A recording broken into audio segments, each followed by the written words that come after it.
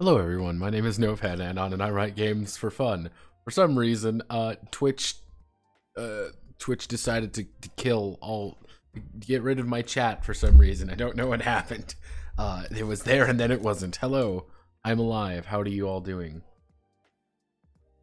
My name is Notepad Anon and I write games for fun. So what are we working on today? Well, today we're going to be working on Song of the White Carnations, a game about a romantic war. Which, not quite the war you're thinking of, not a romantic one, more in the, classical way of saying romantic. But yes, generally speaking, the last time we were on, let me double check everything, make sure everything's actually working correctly. Last time we were on, we did all of this autism over here, but that's all good, we're good. For the few people interested, the actual title font is Spectral. The headings fonts are actually Ibra Real Nova. I thought that would look good. And then I decided to go with Katamari, you fucking Damacy, for the body text. I might change this. I don't know if I like this or not. It's one of those fonts that has like this weird, I would say, space between everything, so it looks a little bit funky. I'm also running it at 10, running it at 8 because it's just a little bit larger than I would think. Page setup wise, why isn't we using A5? It should be 5. That why everything was kind of weird? Yeah, okay. I was wondering, like, why does everything feel so crushed for some reason? Okay, there we go. Life looks a little bit better now. I can actually increase the damn font up again. All right. Yeah, I don't know what was going on there. Weird. As you can see, I'm very prepared. I was wondering why things were looking so weird. Like something isn't right here, and I didn't know what it was, but now I do. But yeah, we're gonna be using Catamaran because I think it looks alright. I'm not like 110% sure upon it. Oh no, I'm not like super 100% on it yet. So it might get changed. It might not. Kind of depends on how I'm feeling. But yeah, generally speaking, this is what we're going to be working with. Z-Cordo Maltese. I had this basic preface set up. This is going to be the lore section, the last days of an old dog, which leads into danger and dice of how to play. Now, what do I actually plan on doing today? What's the plan today? Well, I want to get through kind of the most basic ideas here.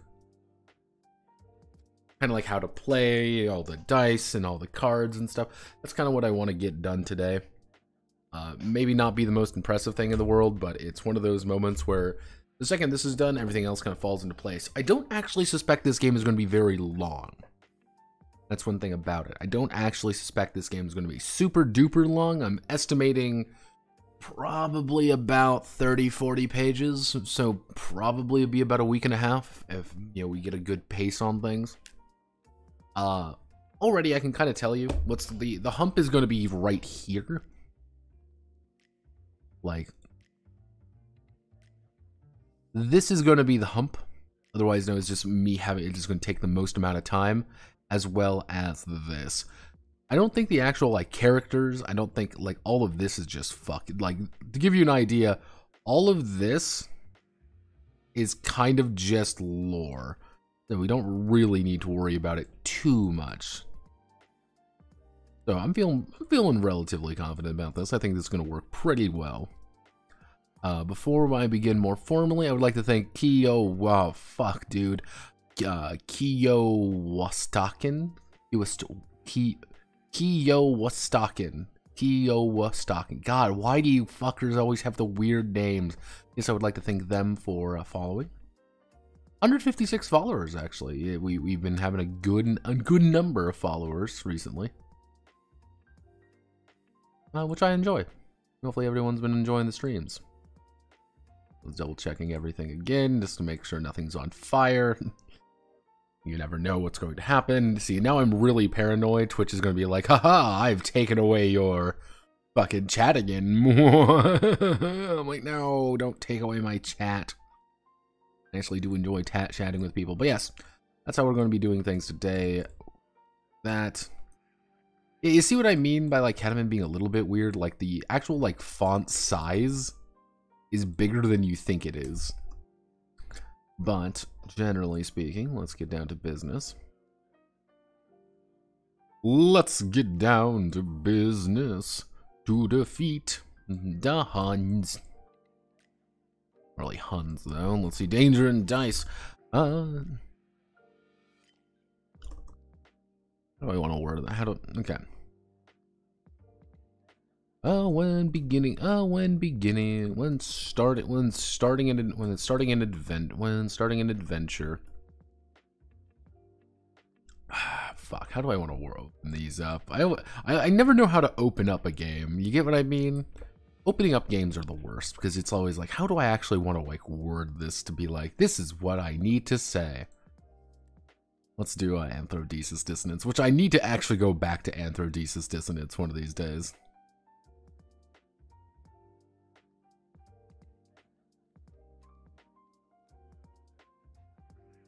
Okay. Song of the White Carnations. Song of the White Carnations. Well, I said White Carnations. Song of the White Carnations is an action event. Actually is a romantic adventure. A romantic adventure game. Emulating the popular Franco-Belgian. Emulating the popular Franco-Belgian. Let's see, if I want to piss off everybody, I say Franco-Walloonish, Wallonian, or Franco-Belgian, Franco-Belgian, and Italian comics. When starting up an adventure, each player, when starting up an adventure, 3 to 5 players will take the roles of a group of vagabonds. Take the role of group of vagabonds. Technically, I want to be more specific to the term. It would be vagabundos. There's probably a better term, and if anyone speaks Spanish in here, they can probably tell me that better term. But generally speaking, we're just going to be using the term vagabonds, because vagabonds is a fun word. I actually really enjoy the word vagabond, because it has such a, I would say, a weird tone to it. It's like, yeah, you're a vagabond. Like, oh, damn. When adventure 3 to 5 players take the role of a group of vagabonds. Well, one player will become the how do I want to word the GM? If I want to be a GM of one of these, it would be the narrator, right? I guess it would be the one player will become the narrator. One player will become the narrator. Who will direct? See, what I can do is I can do this more in the line of like a show, which is like he becomes the director. When narrator has one connotation, director has another. We'll go with narrator. One player will become the narrator, who will direct the action and actions of the. Will direct the story and the action and the actions of the ensemble cast. Each vagabond will need a total actually, how do I want to word this? Each vagabond will require. Go with narrator. Yeah, it's always one of those things with game master, like the game master term, because it actually really does inform how the game's gonna be like kind of go out there. Because it's like, oh yeah, you're the storyteller. It's like, okay, you're the dungeon master. Like, okay, that's a little bit different. It's like, oh, hello, Manly. We're working on Song of the White Carnations, which is a game about romantic war. It's funny to me just because it's like, if you take the word of like dungeon master, that has a really different like feel to it than storyteller. It's the same job. You're doing the same shit. It's just like, okay, this is a very different term to it. Every now and again, I like when I'm reading through things, I'll find a word that I'm like, this just doesn't fit what what you're going for. Be like, oh well, you're the narrator, or being this like, are you ready for dungeon murder? I'm like, that's not quite how this works. GM is usually the most universal term, but even then, sometimes it just doesn't feel right. It doesn't sound correctly. Doesn't sound correct. Doesn't sound correctly. God, what am I saying?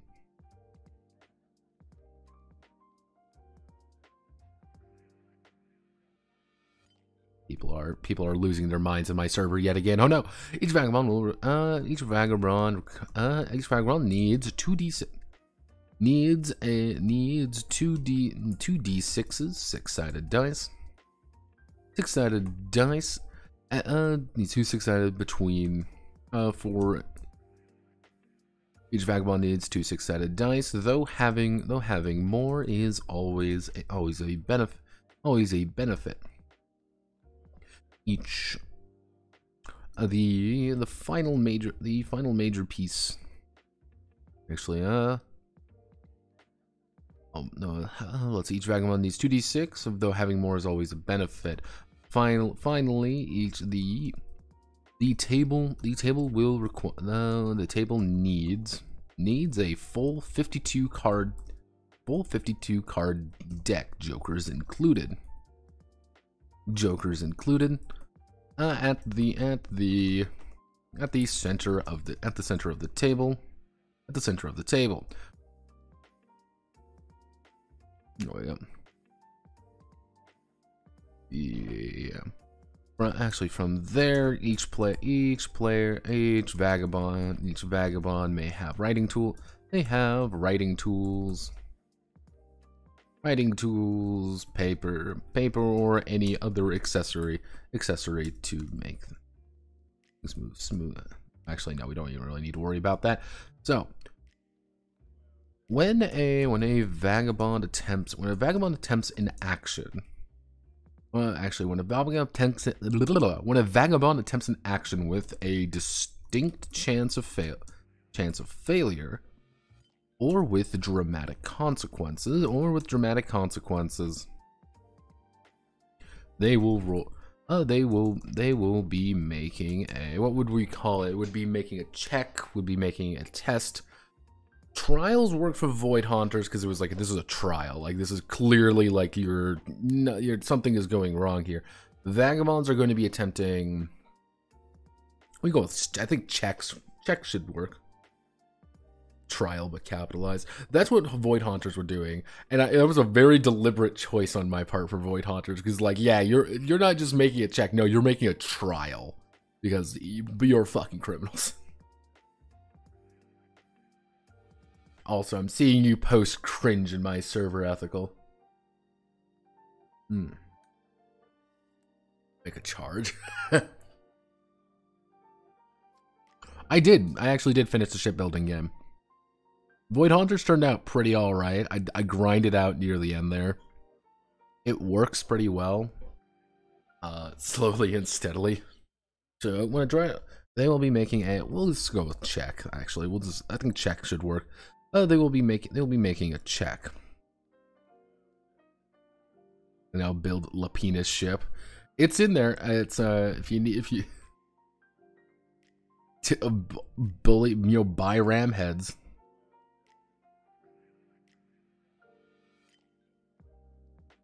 Oh, I see the boyars are also coming through.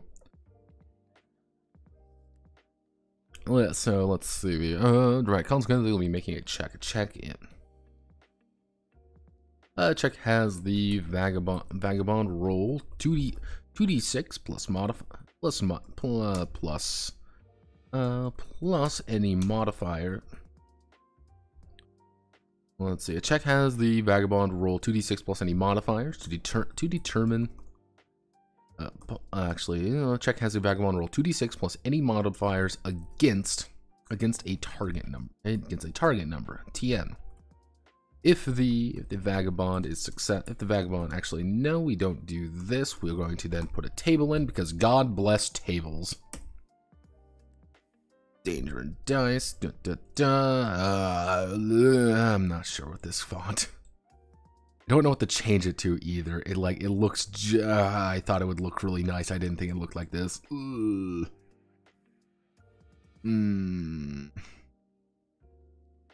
All right, everybody, are you ready? I mean, Leto is always reliable. As we go, not Droid Sands. Droid Sands, my beloved. Untitled works pretty well. If I change you to Montrasat, how do you look? God. See, it's always hard to find the right font for these things. I'll debate on it. I'll keep writing it in Catamaran, even though I'm not like 100% on it. Plus against a target number, we go here. We insert a new tab. So we're going to do difficulty, and target number, TN. Again, we want to keep this deliberately pretty simple. I'm not really aiming for this game to be like super duper complex. That's not the point of this. Let's see. So it's going to be 8. I did by 3 or 2.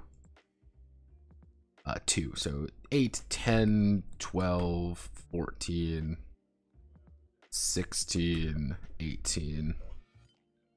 We'll do easy, average. Actually, no, we'll do complicated, difficult,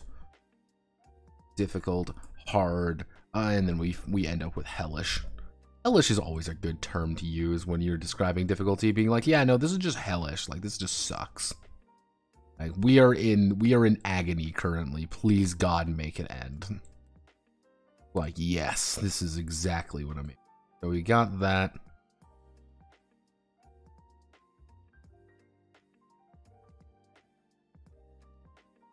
Font autism, yeah. Yeah, again, it's one of those weird things, like, sometimes fonts, like, I try to get, like, pretty good, like, I'm a very strict, I do not like serifs on my body text. I find serifs hard to read in body text. Serif on like headers. I like serifs on headers. I don't like I like sans serif pretty much exclusively for my body text. And sometimes it works. Catamaran's kind of weird though, because Catamaran is what I usually end up using for like headers. But this is Catamaran as a header. But this is, I'm like, okay, no, Ibarra sounded pretty good, and like it, I don't know.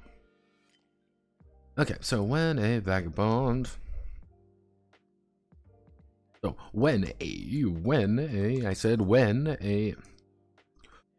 a vagabond rolls their check, if they score equal to or higher than, the target number, they will succeed. If they score lower than the target number, then they have failed and suffer the consequences.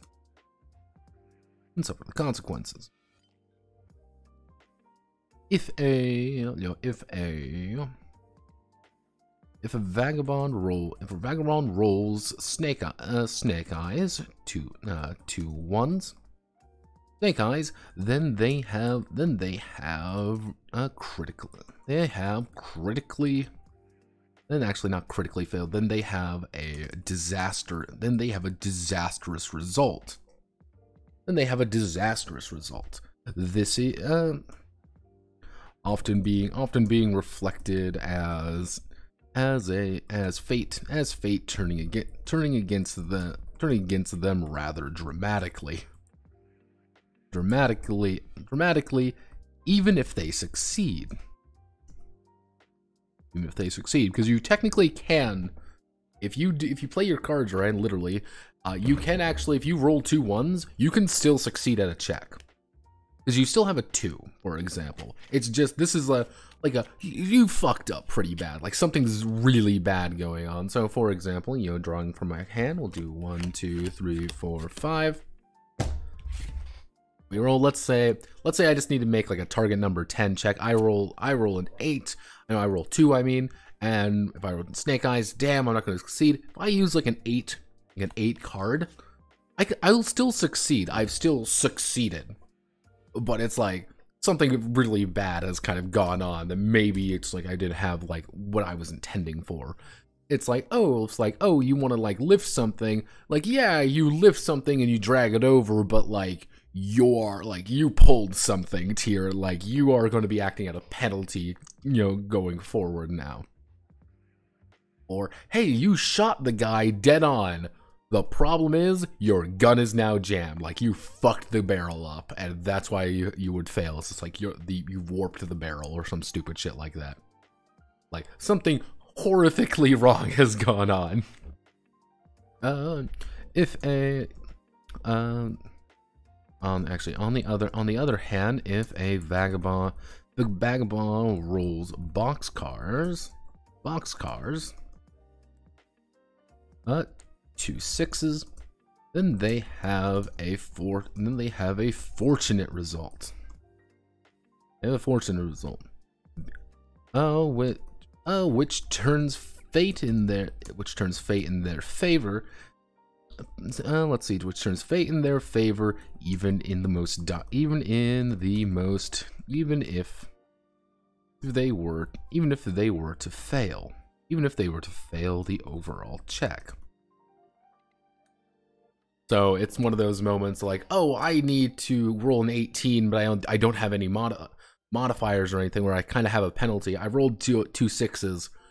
I didn't succeed the check. You know, I wanted to shoot the guy who's really far away, and I missed, but I grazed him. Like, I didn't do any damage to him, but he's like, I've hit him, and now he's bleeding, and we can follow him. Or, hey, I need to find an obscure clue. I didn't succeed. Maybe I found a clue leading me to something else. You know, I found something I wasn't quite looking for. 2 6s are always going to be good results. Even if you don't get entirely what you want, you still got something.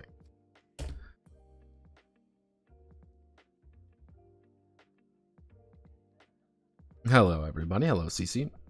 Let's see,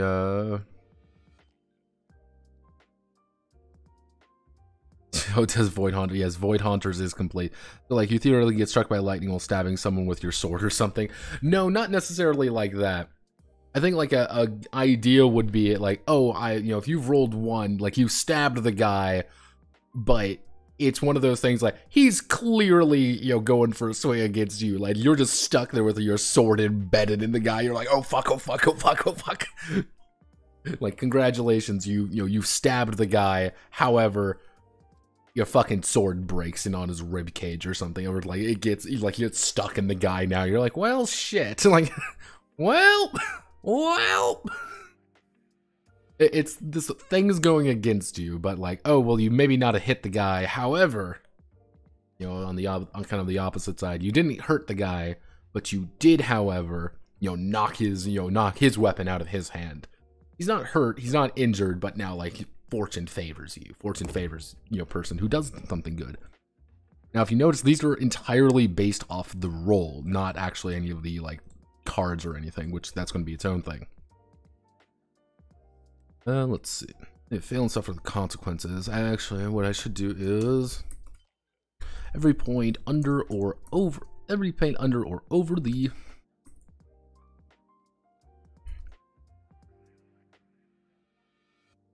counts as a degree of success.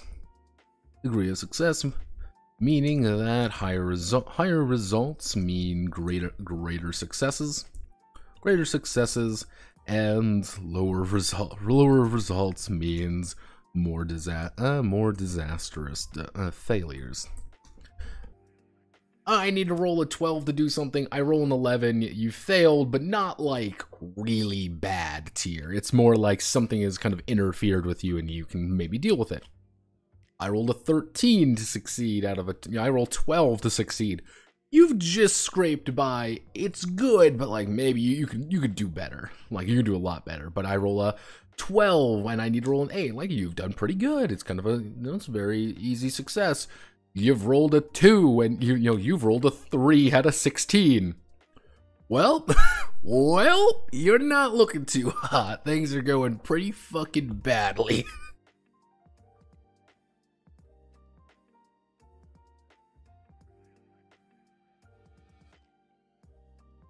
What kind of a dice were we using? 2d6. Critical fumbles, I would say, depending on the game, it kind of they have their place. I will say that certain games, I usually don't put crit rules in my games. This one isn't really necessarily critical failures or critical successes, because even if you like fail with like, even if you roll snake eyes, it's just, you can still succeed with it pretty easily in some cases. It's just you have the problem of like something really bad has gone on simply because you fucked up. Like something bad happens even if you are successful. Okay, so we're gonna put you right here. However, we're gonna lead directly into disastrous results.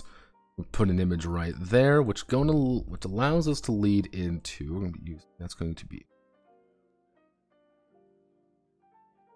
Well, that's why you weren't working properly. Why are you normal text? You should be heading 1. Why are you the way that you are? Okay, so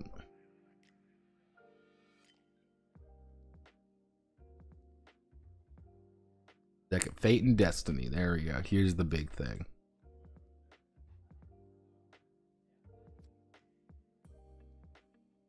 What system of yours is considered to be good introductory level of play, as someone who had never played TTRPG before, very little? Ryutama, that's the first one at the top of my head. Ryutama is a very simple game to get into, and it's also a very simple game for someone who's never GM'd before as well to get into, because they actually hand you a lot of tools for that. I would say most JTRPGs are pretty easy to get into, on kind of the more Western side of things. I would say some of the, I wouldn't say lighter OSRs, but some of the lighter OSRs are very easy to get into. Obviously, D&D. I would say D&D more by cultural inertia than anything. Because if you play D&D with all of the rules in it, it's actually kind of hellish for new people.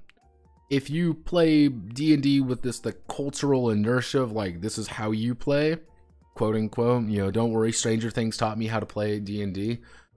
Then it's pretty simple to do, which actually is one of the reasons I think they went down the route they did for 1D&D to make it easier for people to pick up and play.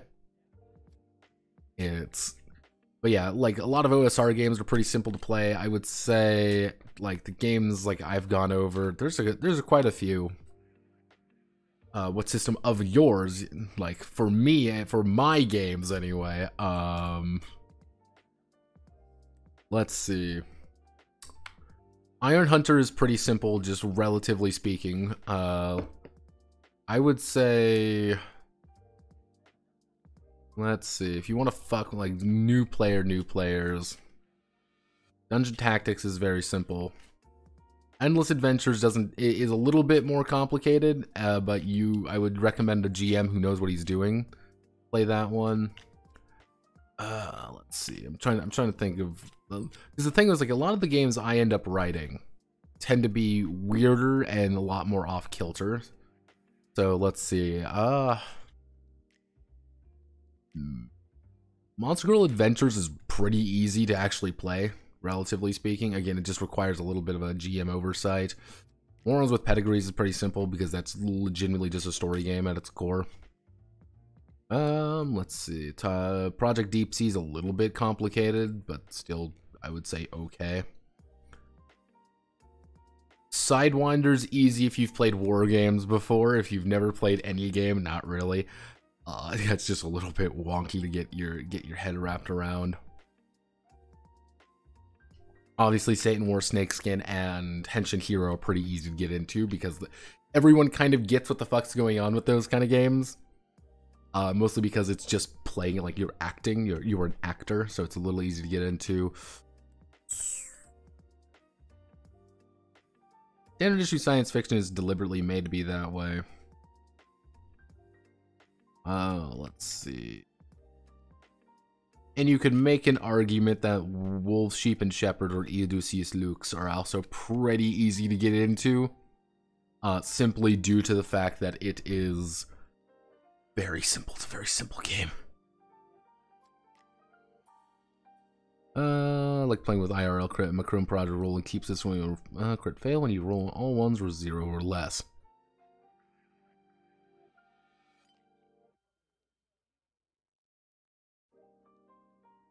Yeah, it's kind of it's again crit rules in both directions. I'm usually not a huge fan of, and like most games I have, I actually don't even have any crit rules, and the ones that do have crit rules are usually things that have I'll say there's a point to it, if that makes sense. God, I forgot how fucking jank. I forgot how janky this game was. Because this was originally a fucking Shadowrun game. With all the associated issues. And it was literally just because of this particular show, which I still fucking adore. Okay, so let's get back. Let's get back to business. Okay, so at the center of the table, lies a deck of cards.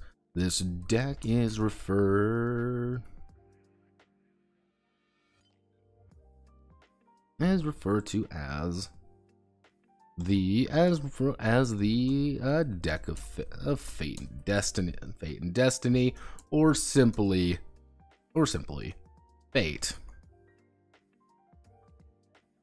At the start of every session,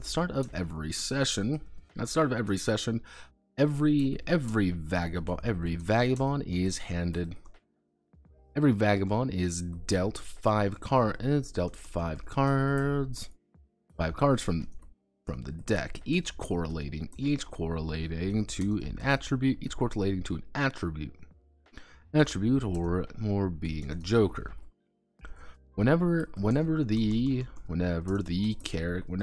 vagabond attempts an action with that attribute, they may choose to use one of their cards. Whenever the vagabond attempts an action with that attribute, they may choose to use one of their cards to augment the roll, often adding the value of the card to their roll. So it's one of those things. For example, I'm gonna take my 2d6. I'm making a check. I've scored a 5, and let's say at the top, I this real fast. 1, 2, 3, 4, 5. I need to get a new deck of cards. Is what I need to do. I can be like, okay, I've rolled a 5, but I have a 7 of diamonds, so I've rolled a 12. Or, oh no, I have a 4 and I rolled a 9 now. So that's kind of what the basic gist is. Often adding its value to the card to their roll. Certain cards actually may have special properties. Yeah, special properties as well, allowing them to augment their roll further. Fate can be fate cards. Fate cards can be added to any roll the vagabond makes. Fate cards can be added to any roll the vagabond makes before or after the roll is decided. After the dice are rolled. Fate cards can be added to any roll the vagabond before or after the dice are rolled. Unless specified. Yeah, actually, no. They can be added any roll the vagabond before or after the dice are rolled. Jokers. Any number of fate cards can be applied to a roll. Can be applied to a roll as well. Any number of fate cards can be applied to the roll as well, signifying.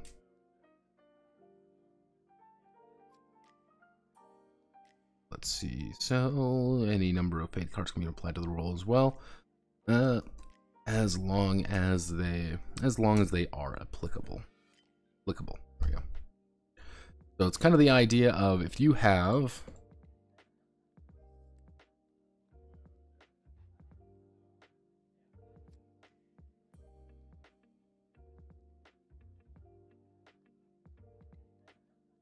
yeah, I would say like new players are kind of odd. Like really new people who've like never played TRPGs before. Give me one second. One of the, like, I would say like people who are like first starting out, I would usually recommend them something light but with crunch. I wouldn't say full story games. Because the issue there is you don't know if like certain players, mostly new players, I know new players sometimes get a little bit wonky when it gets into it. Some people get a little bit like, this is kind of awkward and I don't quite know what I'm doing yet.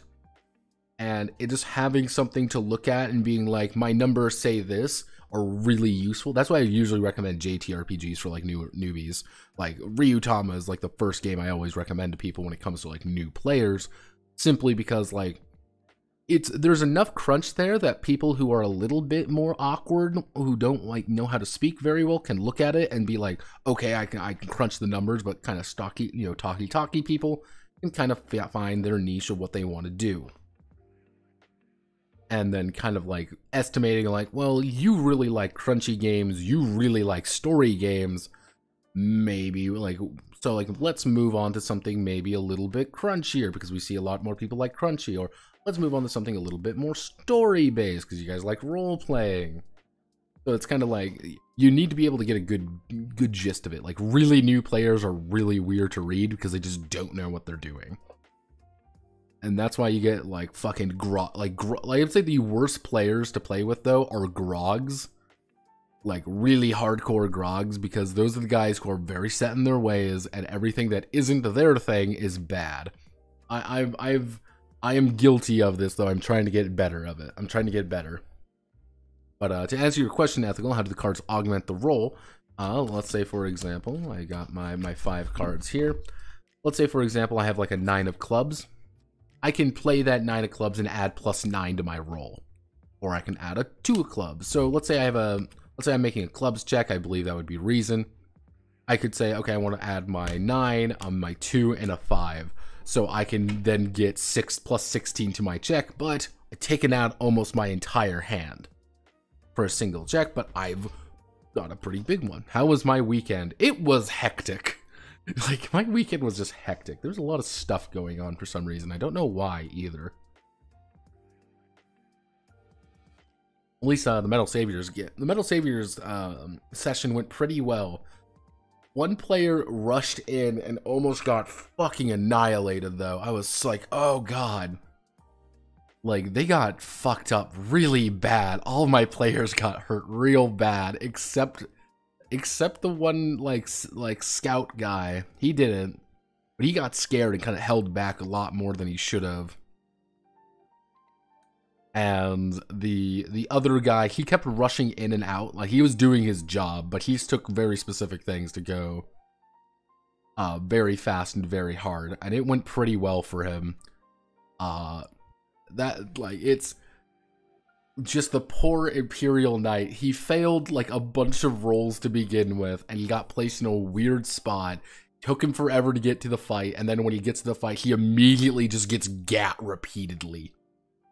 Just immediately, just fucking annihilated. It was like, holy shit.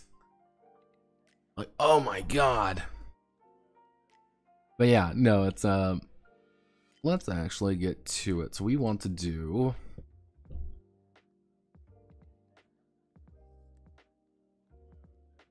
Why are you all the way? Like, why are you okay?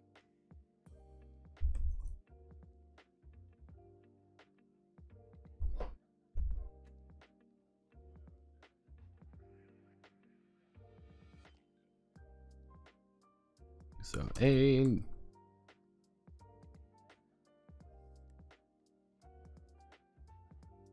honestly, a numbered card adds its value straight to the... let's see, numbered card adds its value straight to the result.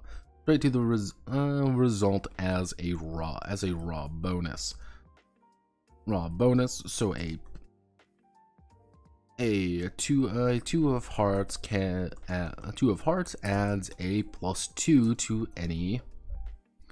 I end up tying hearts adventure to any adventure check. Then we're going to be doing a queen. Actually, no, we have to start with Jack, with a Jack card. Jacks. So, the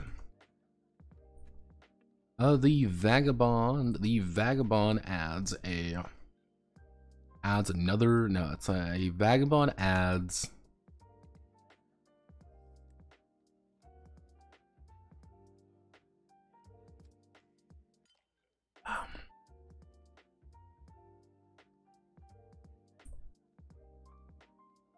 Vagabond adds +1d6 to their check. Vagabond adds +1d6 to their check, possibly resulting in a disaster or fortune. Should a 1 or 6 appear. So the idea behind the Jack. So if you have the Jack, so it's like, oh no, I'm going to play my Jack card. I'm just going to add another d6 to the check. It's worth effectively 1 to 6. Which the value mostly comes from the fact that you may be able to add a card to it. You know, you're able to add, you might score a disaster, but you also may score a boxcar. You pretty much might crit even if you don't, but it's a risk though. That's the issue. Like, it's a pretty big risk for the Jack. But there's only 4 Jacks in the deck, so we're going to have a queen.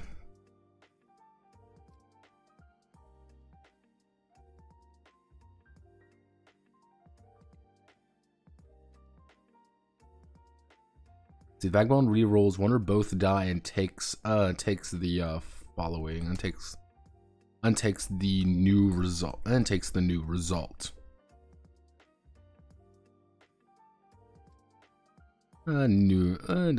result. So if you play a queen, my 2d6 roll, let's say I rolled a 2 and a 5. I'm like, I'm gonna re-roll that 2. I rolled a 5, so cool, I've rolled better. Generally speaking, you use queens if you want to if you want to kind of like skirt around an issue. Nope, I don't want to do that. I want to do a king.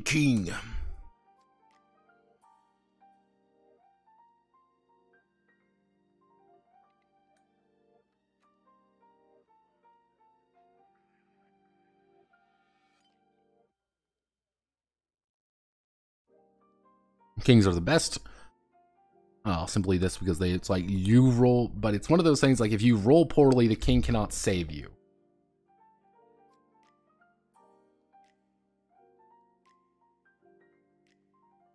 Let's see. Dang dude, a +10 on the roll is yeah, and that's kind of the point.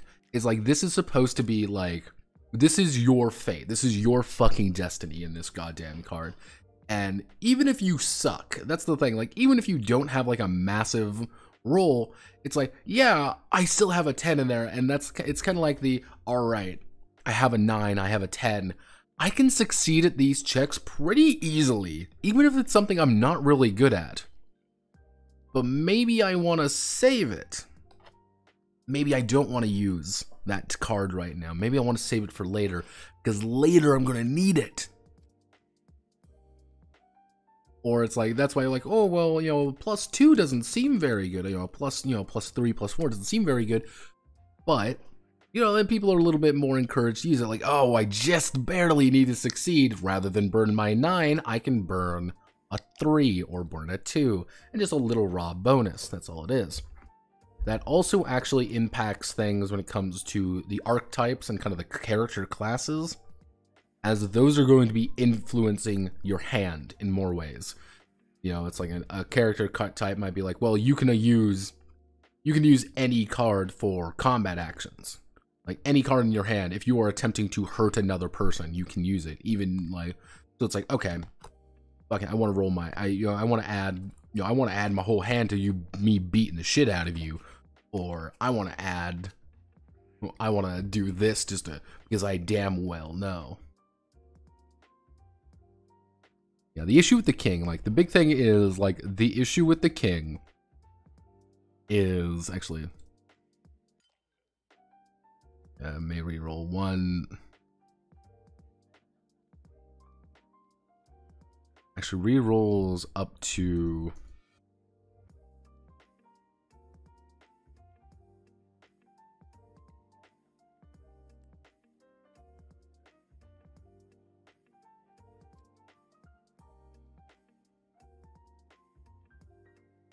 all of them. Okay. This is a lot of quick, clear structure, more story-based game. Yeah, so it's like, yeah, so it's kind of like the idea of like a king. If you're not rolling high, like if you rolled like a 3 and a 2, and you're like doubling, that's going to get you to like, it's going to make 5 into a 10. That's good, but it's like its value increases exponentially if you're already rolling high. So it's like, yeah, I rolled a fucking 11. I now have a 22. I have fucking mega succeeded with a king. But if I have do ones, I'm like, I can get up to 4. Like, fuck. And also, if you're noticing something, all of this is based off the die. So the jack's value actually increases if you pair it up with his parents, otherwise known as like, yeah, jack can roll another d6, and the queen can allow him to re-roll it. Or the king can like double all the modifiers. So if you're like, oh man, I'm going to play a jack, I can roll 3d6, and suddenly me rolling a 5, 6, 7, 8 turns into a 16. But I'm like, I want to play a queen.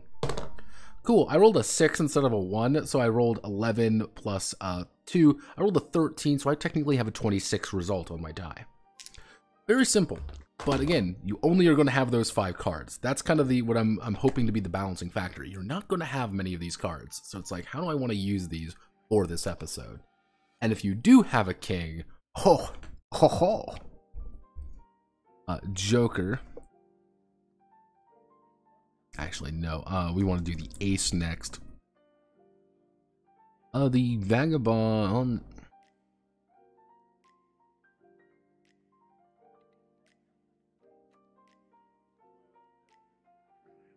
Vagabond immediately has a fortunate result. Fortunate result of the check, even if they do not roll 2 6s.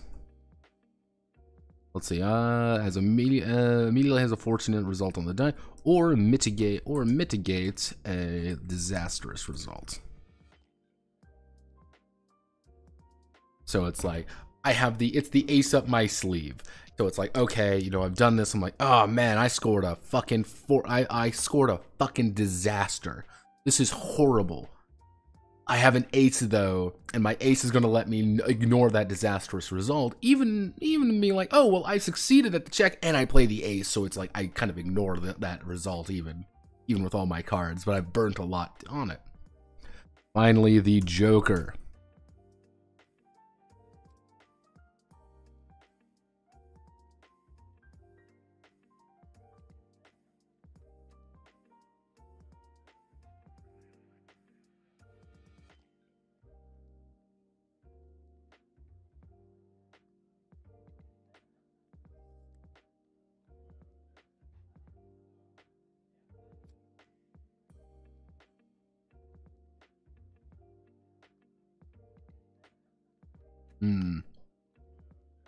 Completely, actually, a Vagabond can use Vagabond can actually the Vagabond instantly succeeds at any check, but with a disastrous result. So the Joker's the big meme card. That's the unfortunate part for the Joker. It's one of those things you're like, oh cool, I can instantly succeed at this check, but I'm gonna have the worst possible result of me succeeding, being like, yeah, you've done it. However, something bad's gonna happen to you. This is the Joker's the haha fuck you. But even if you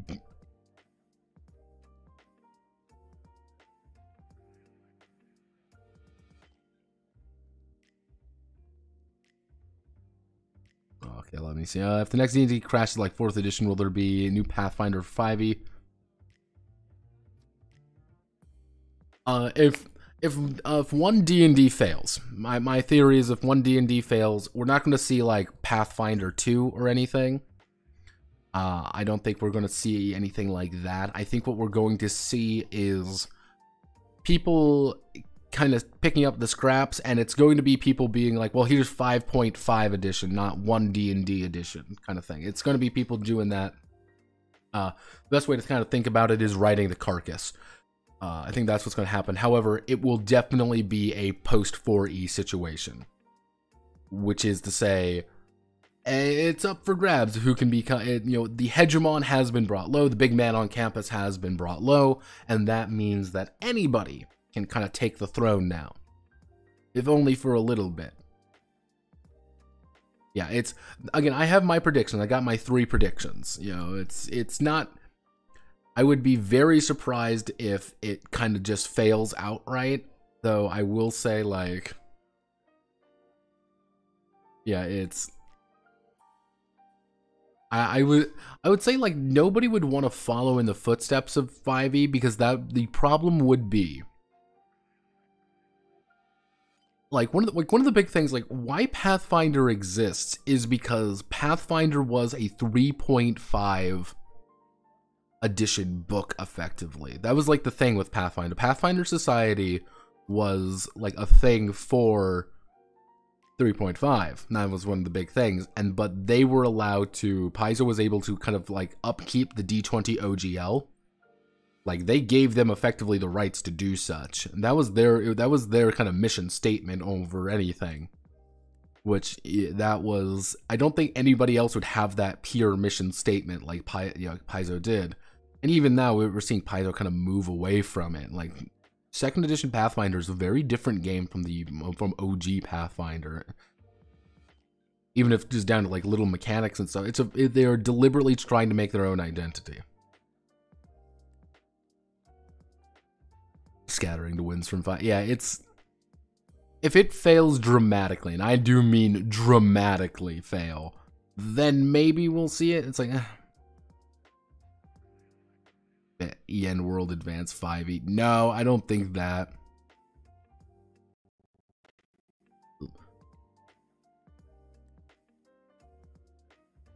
I would say, like, here's the thing is, like, the thing with, like, things like Advanced 5e or anything like that is Paizo and in turn Pathfinder, the original Pathfinder, they had mandate. That was, like, their, like, mandate from heaven itself, being like, we're gonna do this. The only reason Pathfinder is still around is because they just made 3.5 again. And they cleaned up their version effectively of 3.5 and were allowed to upkeep the D20 OGL as much as they were. That was a very specific situation in a very specific time. Things like Advanced 5e are a little bit more complicated because it's like, yeah, there's people there who definitely care, but not really. Yeah. Like, I don't think there is somebody who can do that. I don't think EN World can just say, oh, well, we're going to do this because we want to make Advanced 5e. No. Pathfinder wasn't Advanced 3.5. It just was 3.5, but better. According to them, anyway. Like, this is our updated 3.5. In my opinion, D&D 1, you have a default setting that has lore for everything instead of the stupid shit they do now for trying to make generic fantasy role-playing game. Here's the thing with D&D settings. The Forgotten Realm, and I don't think people quite realize this, the Forgotten Realms is a weird fucking setting. Forgotten Realms proper is fucking weird. Ed Greenwood's a weird pervert old man, and he's written some weird shit into that setting over time. They have to, like, gradually kind of, like, dumbed it down. I wouldn't say dumbed it down, but they've, like, gradually had to replace things in it to make it more palatable. You're going to come out of the game called Trailblazer. I wouldn't, honestly, if it fails dramatically, I wouldn't be surprised if someone does do that. but it's like very clearly like D&D kind of has its own issues from its like original settings of things like Greyhawk, for example. Greyhawk is built around some of those very specific ideas, and what they want to do now, and it's kind of funny because Solid kind of mentioned it above, it's D&D has the unfortunate reality of being Dungeons and Dragons, and you have to keep all the sacred cows in, you gotta have all those notes in. I mean, think about it like this. Think about if tomorrow, you know, Wizard said, alright, one D&D will not feature Vancian magic. Holy shit, people would lose their goddamn minds. It would be anarchy in the streets. People, you know, there would be knives would be out. The fucking game designers would be, you know, Monty Cook would hang himself. It would be horrifying. It would genuinely be terrifying to witness. Because that's such a sacred cow of D&D. And that was one of the major issues of, like, 4th edition was... 4th edition, for all its other problems, and there were problems. People like to, you know, people like the rose-tinted glasses with 4E and stuff, but there were some major issues math-wise. But like, 4th edition did a lot of things that broke sacred law, effectively, in D&D. That broke the sacredness of things. What do you mean fighters get powers? This isn't fair. My fighters. What do you mean? The wizard almost has the same amount of HP. Oh, pee pee poo poo, everyone shits their pants. It was a disaster area. But here's the thing. If they released, you know, if they fucking released fucking D&D 4th edition and it was called D&D Strike, Dungeons Dragons Strike. It's a different game, not 4th edition. I think we'd still have 4th edition. I think people would still be like, yeah, no, like, yeah, I think I love D&D Strike. Man, I fucking adore, you know, D&D Strike. Great game. They were like, I like 2nd edition a little bit more. You know, 4th edition D&D is, you know, has its appeal, but not, you know, Strike, and you'd have the Strike people, and you'd have that, and our 5th edition, would that be? Honestly, though, I don't think we'd have 5th edition at that point. I think we'd have something else.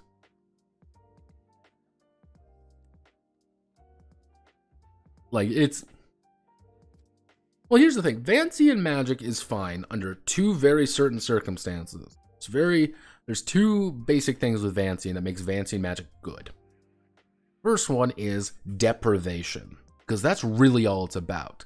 They don't want a wizard blasting everybody with fireball. That's not the point. The idea is like, you have a single fireball spell.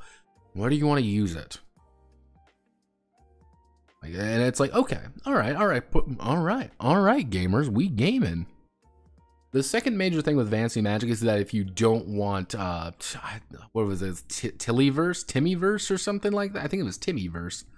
If you kind of want to avoid some of that or like having to answer like, why don't wizards just own the world? Well, Vancian magic, you run out of magic. Like, if you lay siege to a wizard for long enough, they're just going to run out of spells, no matter how powerful they are. That leads to the issue of 5e kind of killed the point of Vancian magic, because it's not really... While there are a lot of go into dungeon and kill things, it's been a lot more rewarded over the 3... Tippyverse, that was it. You know, it's like Tippyverse. That was what I was kind of talking about. You know, it's kind of the idea of you can. How do I want to word this? Not necessarily Tippyverse, but I was going under kind of the basic idea of like, why don't wizards own the world? Well, because they have Vancian magic, and they have, or they're restricted by it. That's the issue. Not Tippyverse. Sorry. Yeah, mind you, magic, mind you, or money is God. He has infinite wands, but still, yeah, I think that's like one of the big issues when it comes to like any magic system. Any magic system always has a lot of issues when it comes to that. Vancian, like, I actually rewatched a video the other day of mine. I just saw it. I was like, I want to watch this. It was like 7 minutes. It was on Flying Swordsman, and that game was based off of BNX. That one had, but it was a wuxia game with BNX and Vancian magic in it. And it didn't fit at all. It was actually terrible. And we did not much care for it. I think like that's one of the main issues when it comes to like Vancian magics or anything like that, is even as you say, you have to build around it. And to build around it is very annoying. But you can't change it because that's a sacred cow according to D&D, and we like our sacred cows. We can't get rid of them. That's unfortunate. That's really unfortunate. I mean, I will give. Here's the thing. I'm going to give one D&D. I'm going to give one D&D credit. They have, mind you, they have very much. They've shot a sacred cow pretty hard already. That sacred cow is having things like half elves and half orcs. They've shot that pretty well. However, they've also just reanimated the fucking corpse as well, and are now, you know, making it dance around with the idea that anything can breed with anything.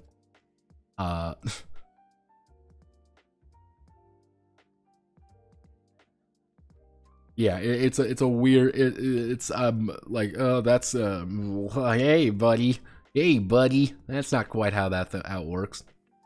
Yeah, it's like people like the problem now is, again, Vancian magic is built around the concept of deprivation, of not having the right resources, of having like, oh, I only have a certain number of spells, so I don't know if I want to use them right away. Kind of like, you know, bringing it back here is kind of the idea of the cards, where it's like, the fact that you just don't have enough cards to work with all the time is by itself the, you know, the appeal, you could say. Like, yeah, these are very powerful cards, but you will only have 5 of them. You know, per, you know, kind of, you know, per session, you only have 5 cards to work with. So it's like, okay, when do I use it? Do I want to use it? You know, will I use this in this case because I need to succeed, or do I, like, what do I do? Oh no!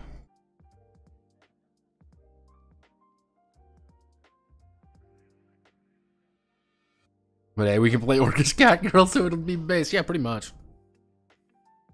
Since I mentioned ancestries are weird, don't it? See, the unfortunate thing now with 1D&D, and I can tell you this right now, what they're going to do, is that every single expansion book will have new ancestries in it, and it's going to be like Gnoll ancestry, Gnome ancestry, Halfling 2 ancestry, here's the bonus ancestry. Every single race in D&D will find its way as an ancestry, and every single one is going to get a dedicated little mini expansion that you need to buy to actually access it, until some king just uploads it like a real human being.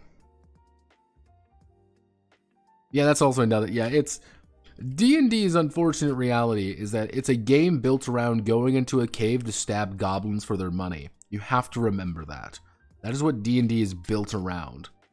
If you are not going into a dungeon to stab a goblin to death for its money, you're not. I wouldn't say you're not playing D&D. But you definitely are not playing the game how it's intended. That's why I always find it really funny anytime I encounter people like, this is a peaceful, pacifist D&D, or we're playing a social D&D campaign. Hey everybody, we want to play Cyberpunk Edge Runners in D&D. It's like, what the fuck are you on about? What the fuck are you saying here? This is a game about going into a dungeon to stab someone for their money. That's what we want. That's how we're going to do things. Yeah, it's like zero combat D&D. Like, I can kind of see it if it's like, you should be creative in combat. That's cool. Like, we can't just kill the enemies. No, well, we need to drop something on them. Or we need to... we need to do something to mitigate their damage. So it's like, it's not necessarily just beating up the monster. It's, we have to destroy the crystals to do it, or we need to, you know, deliver an object or something. It's like, okay, you know, this is fine. You know, that's fine, but like, well, you could go through this entire game with just role play. I'm like, that's kind of defeating the purpose of the exercise. Yeah, it's things where it's not necessarily just stand there and hit it with a sword, but it's like, hey, let's find out maybe a way to defeat the enemy. You know, it's, well, while the fighter distracts him, the wizard will cast fire over there to light all the torches to snuff out the shadow monster. Okay, cool. That's neat. I'm in.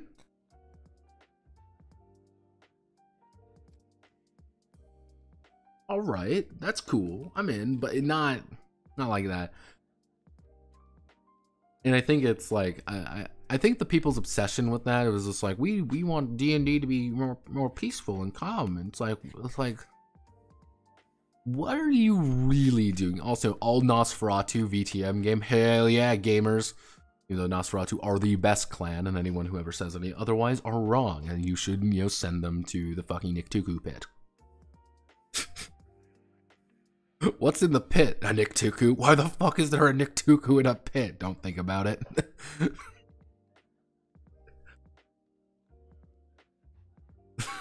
Why do we have this thing here? We keep it as a pet. Why? Well, would you rather try to kill the Niktuku? No? Good.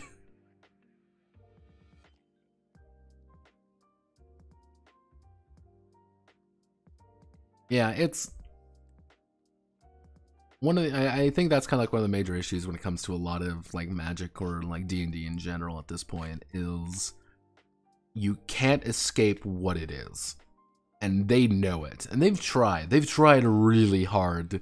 And I think that's why they've like so much encouraged things like, oh, here's Radiant Citadel. Fucking Radiant Citadel assumes 0 other non-humans. If you really look like at the artwork of like Radiant Citadel, they don't feature like any non-humans hardly. There's very few of them. From kind of what I was seeing for it, I was like, ah, that's kind of interesting. Or if there are non-humans, they're like one in a crowd of humans. Because they want to kind of escape some of the shackles, because they don't want to deal with the shackles anymore. They want to make their own game that's going to sell the most amount of copies. Always remember that, everybody. Every decision Wizards makes for D&D is about how to sell the most copies. Not about what's going to make the best game, it's about what's going to sell. And that's why you have things like the D20 thing. Ones are auto fails, 20s are auto succeeds.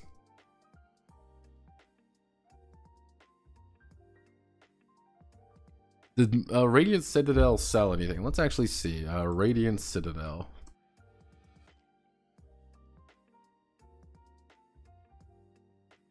People seem to like it. 538 reviews. I mean, where would you even find it? I mean...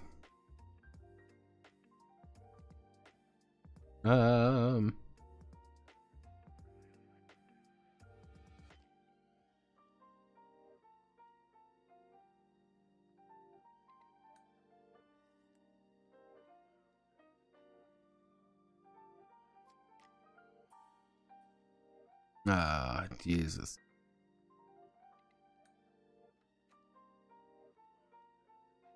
Let me check. I mean, if we go through here,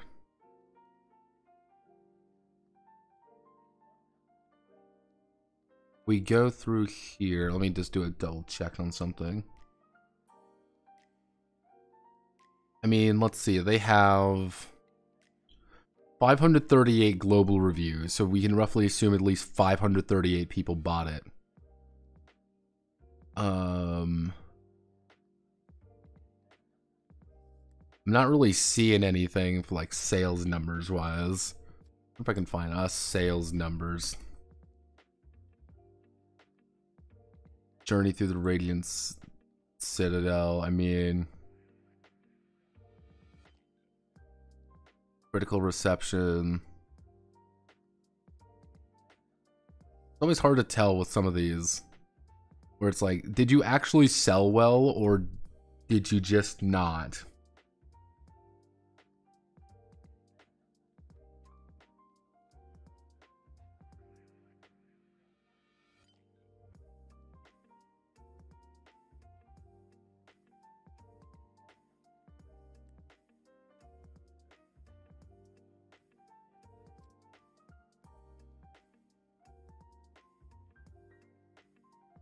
Yeah, it's kind of hard to tell when it comes to this like raw sales numbers, because they don't actually. It's on drive-through. No, it's not even on things like drive-through. That's where things get complicated, because it's not on something like drive-through. It's not on anything there we can actually check like sales numbers. It's not like you can just check like an ISBN. Yeah. Well, there are things 5e related on DTRPG, but they're all side stuff.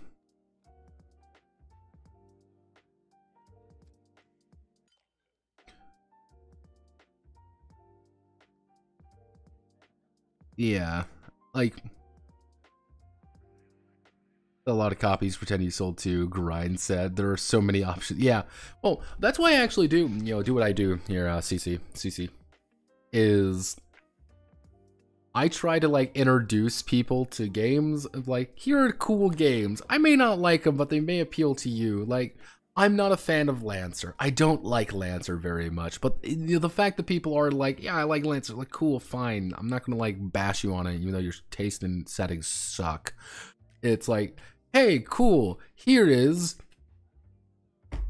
this game. Here's a fucking It's a Dog's Life. It's a really cool little game written by Simon Washburn, who's fucking amazing, and you should totally buy it because it's a great fucking game. Or you're like, here's a bunch of other things. Like, here's Barbarians of Lemuria. Buy Barbarians of Lemuria right now. I'm threatening you. But like, yeah, these are like really cool little games I want people to actually really know. I see the geek chat that made a better Spelljammer than Spelljammer in a day. I remember that guy on fucking TG. I remember that man. That fucking ballsy bastard. He did his best. I give the man credit. Didn't he get C indeed? I thought he literally got gat. That was like, oh shit. Let's see. So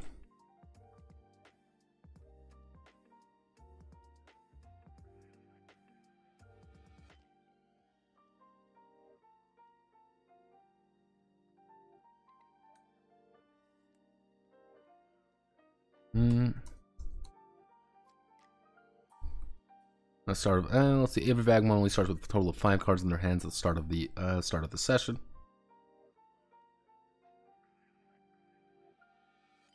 If a Vagabond were start of the session, a Vagabond.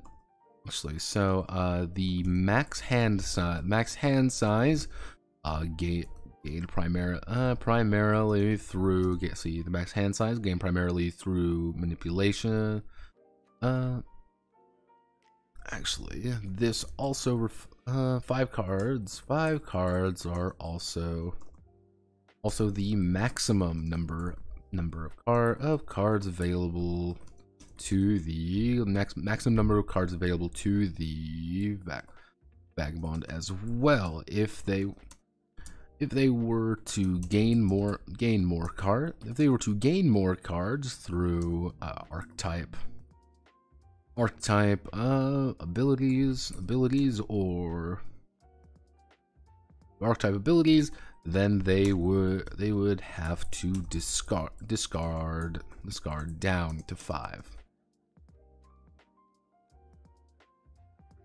When the Vagabonds complete a minor objective, or perform some kind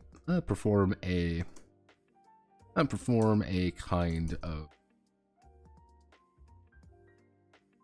how do I want to word this? Perform a stunt, perform exceptionally well in pursuit of the objective, or let's see, when the Vagabonds complete an objective. Actually, when the Vagabonds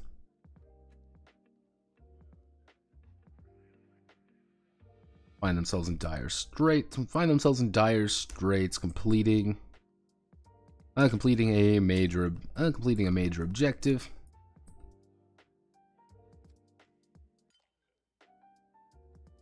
or outwitting it. enemy or outwitting an enemy. When the Vagabonds find themselves in dire straits, completing a major objective.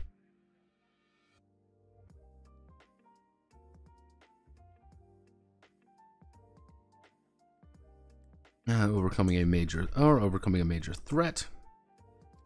The narrator may allow them to draw from the fate deck once again.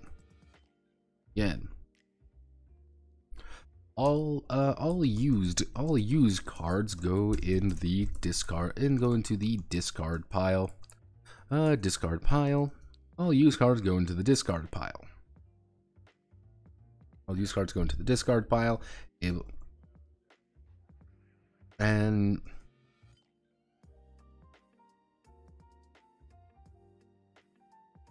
really will be able to be picked up back up again.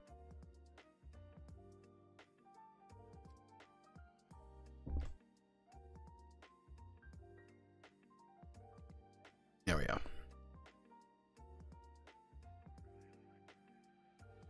Yeah, it's kind of one of those things like complete a major objective. Actually, I'll use cards if somehow the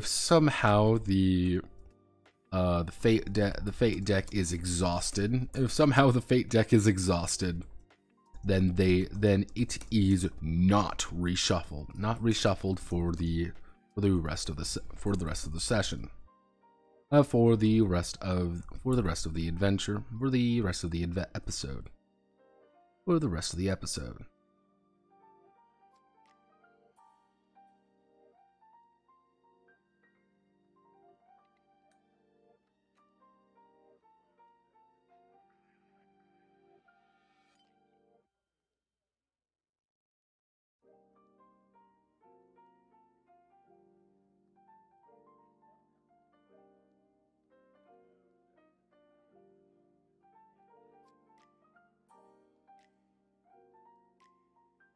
All right. I remember someone said like, "Oh, he's got C and D or something." I remember someone was saying that.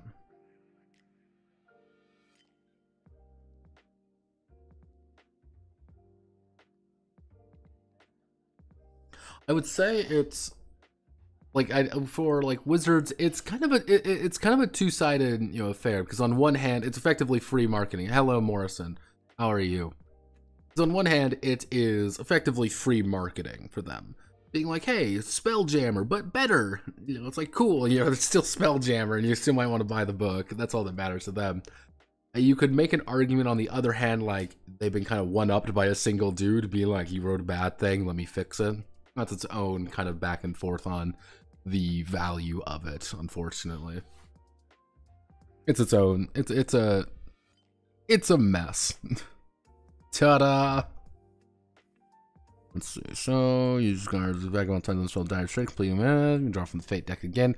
This is going to be entirely unlikely, by the way, that you'll ever go through the full deck. But let's say you have 5 players, that's 25 cards. Let's see, 1, 2, 3, 5, 8, 9, 12, 15, 16, 17, 18, 19, 20, 21, 22, 23, 24, 25. So that's 25 cards.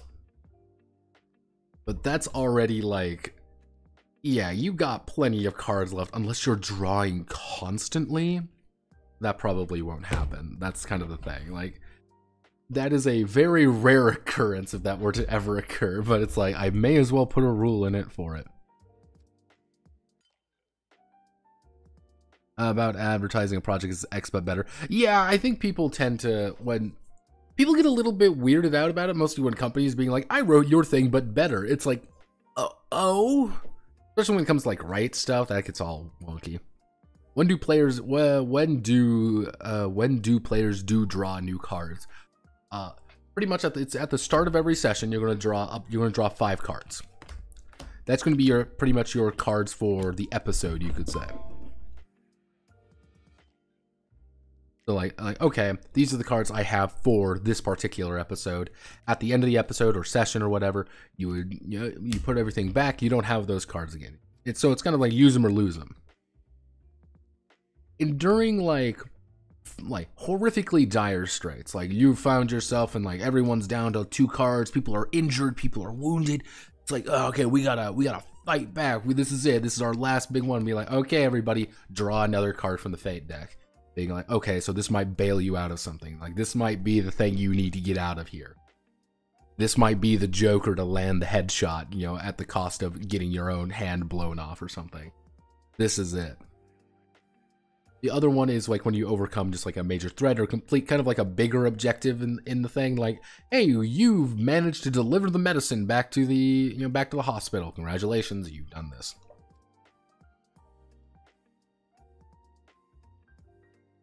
I think relying on your own merits are more. Point Weaver. Wait a sec.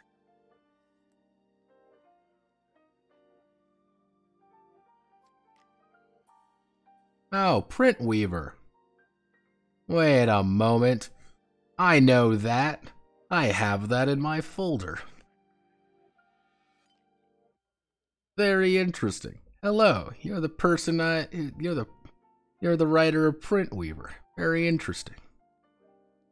Yeah, got that right. Let me up here. Yeah, right here. I knew that name sounded familiar. I was like, wait a fucking second. Who is that? Yeah.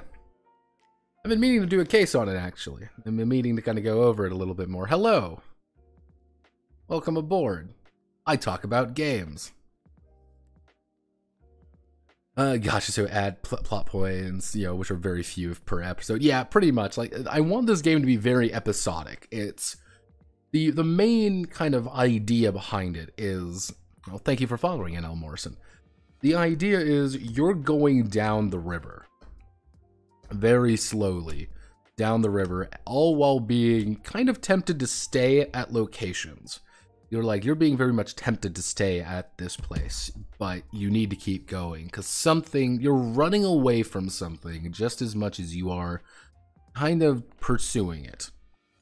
And so it's kind of like one episode may be, okay, you're in the city of, Gran Tamata. And since you're in the city of Gran Tamata, here are the problems maybe going on. It's like, oh, well, you've been contacted by the federals and they need assistance. They're willing to pay you money to help them deliver goods across the line. They need you to deliver this medicine across the line to the hospital, that's currently under siege. Okay, cool. Like the objective may be like, okay, if you deliver it to here, cool. If you get to the hospital, that's kind of, you've completed the bigger objective and you need to get out now. If you ever get like pinned down, like kind of a major, kind of issue going on. But at the end of the episode, you could say is, well, you've completed that, get back on your boat and continue down the river because you're running away from something. You're trying to leave. And that's kind of the unfortunate part of this game, that you're always moving. You're vagabonds. You are people not tied to any particular cause. Unfortunately, you're being dragged into everybody else's problems. That's kind of its own issue. It's always sad. But yeah, I would suspect that most episodes are going to maybe have like 2, maybe 3 plot points, and if anything, they're not really going to be like ta-da big. And there might be some where you have 0 plot points that really come up because it's more of a, well, we want to do a little bit of a case. Aha, we've determined this and we're going to go here. And it's like, this isn't really a time for it. It's like, or like, hey, you get the drop on them. You all have plenty of cards. So it's like, yeah, sorry, asshole. Like, you're not really going to try anything because you're always going to just have those 5 cards. Yeah, that's why it's like, ooh, let me open up the right things again. Let me see.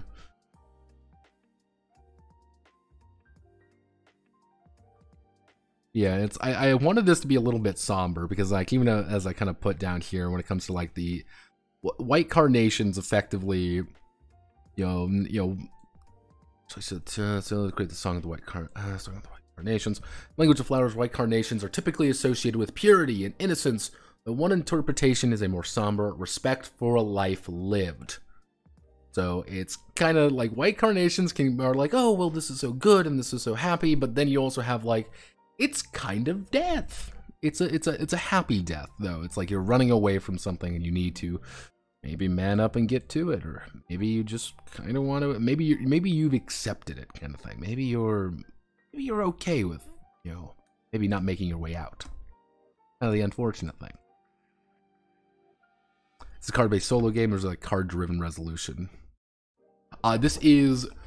You could probably play this solo. I would say that. You could probably play it solo. Playing it solo would be a little bit wonky. You would need a good, what do you call them? You would need a good Oracle, or you would need a GM emulator to do it. But this is very much kind of like a multiplayer thing, pretty much. The idea was actually based off of, someone said, I want a Corto Maltese game. Another person said, I want a Armored Riverboat Combat Adventure game. And I'm like, fuck it, I guess we're combining them. Like, well, fuck it. So the entire concept is that you're a bunch of people in the last romantic war of Ineria. Pretty much the Inerian Civil War is going on. If you can't catch what that is, and you're caught right in the middle of it as these wandering vagabonds going down the river in your awesome, cool, tricked out boat. Because this is a land of rivers and a land of, like, maybe getting a little bit lost. Maybe trying to be found. Maybe you want to be lost. It also gives me a right to use all of Hugo Pratt's artwork instead of doing anything myself. Think smart. Yeah, so Danger and Dice, how to play. We want to probably do... Got this. Again, here's all my notes. For if you can kind of see, this is my, like, fucking stupid amount of notes. Let's see. Let's do... Probably we can just do... We'll do the most basic of the attributes. So...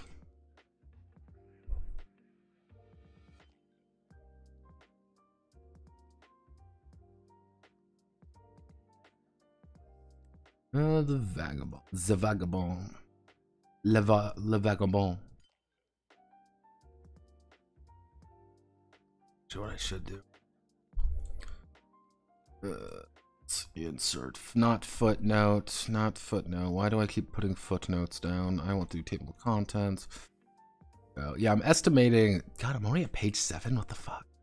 Oh, well, yeah, no, I guess I would be at page 7, because this is going to be the lore right here. How to play, slap an image right there. Probably have to slap an image right there. Yeah, I'm a little bit, See, I keep going back and, like, do I want to do monster set? Oh, God, why do I do this to myself? But yeah, so Lonely Souls, the Vagabond. So, yeah. If to give you the unfortunate reality here, these are all the games I've written in one way or another. Just little projects of... Some are bigger than others. Just to give you the, this is what I do. So, welcome aboard to the sadness train. Not my first rodeo, unfortunately. Though I've been wanting to use cards for a while now. You know how many games just don't, like, how many games use cards? Oh, Jesus, that's not good.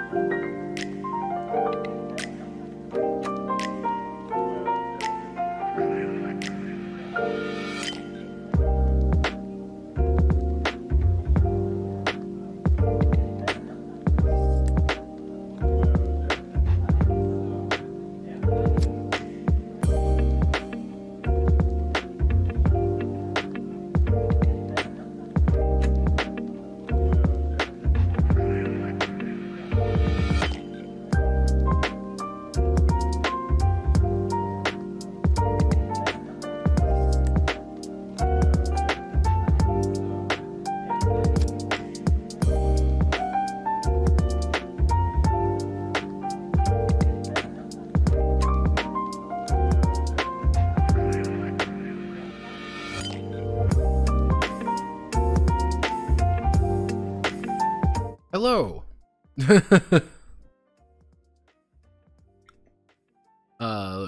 Let's see, resolutions 2d6 plus various level success hand, single use scars you can improve rolls with. Yes, that's the basic one.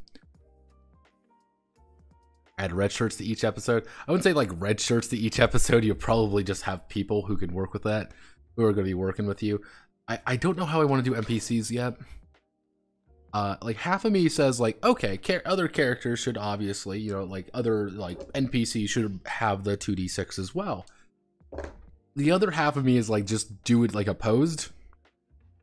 A little bit of, they don't roll, you just roll to defend against them kind of thing. That's one option. I don't quite know how I want to do that yet, so that's kind of in the back of my head. Then you give them back and draw another next session. Yeah, pretty much. Not exactly the most complicated thing in the world. But I didn't want this game to be complicated. That's one of the big things. I want it to be pretty simple. Sorry about the wait there. My mom called. She wanted to know if I knew what that movie was today. Because I walked into a movie set today. Yeah, every now and again around here they'll do the big movie sets, and it's always funny because it's like an entire little like alley or alleyway or something will be cordoned off. There'll be dozens of trucks everywhere. It's a bitch to move around, but it's like, oh, this is kind of neat. It's like, this is a movie. It's a movie. It's cinema. Cinema. We all like cinema.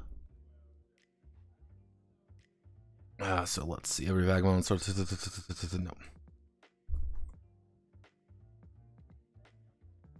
Let's see the vagabonds.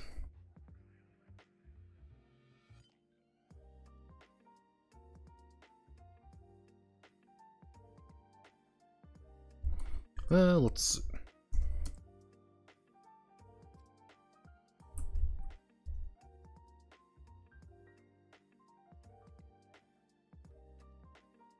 The vagabonds are wandering souls, lonely creatures who find themselves drawn to conflict as much as they are escaping something behind them. Each one has their own sins, virtues, and vices that drive them. Let's see. Each one has their own sins, virtues, and vices that drive them. But unmistakably each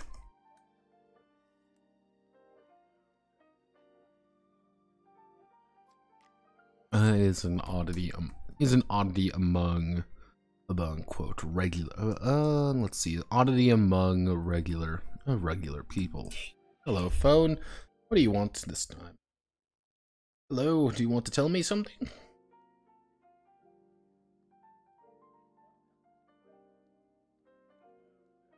Hit that button. No, that's the flashlight. Notepad, what are you doing?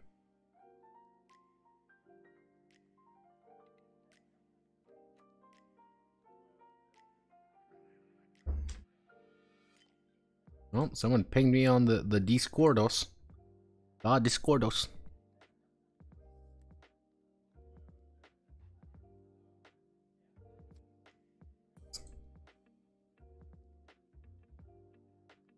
I get sleep. Isn't listening, but since sentence a bit redundant.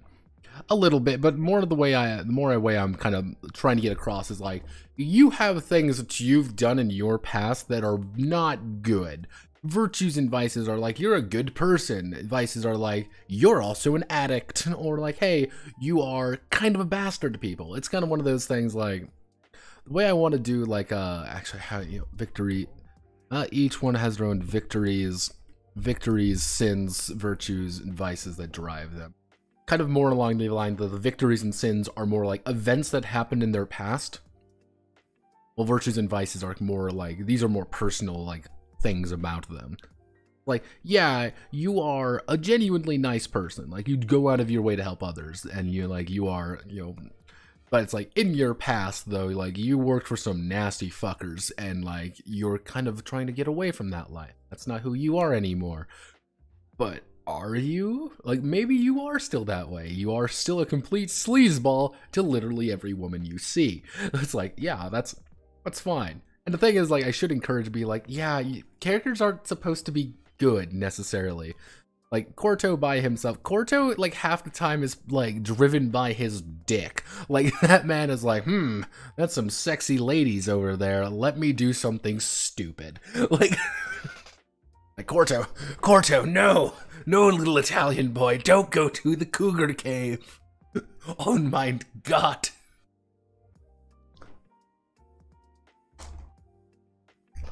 It's pied. Oh my God, it's full of blunt smoking. Unmistakably is an oddity among regular people. The when setting say actually often their adventures begin in one of the port cities of Ineria. Ineria, meeting like-minded individuals or just desperate ones. Meeting like-minded individuals or just desperate ones. And commissioning slash stealing slash buying a what would be a good term for that?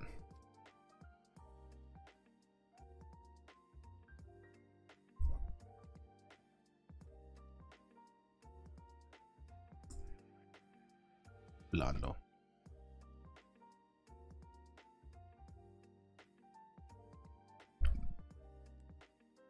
Barco Blando.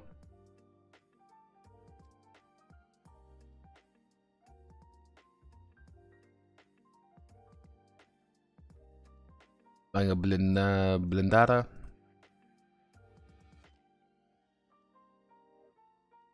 Barco. Blindada barco.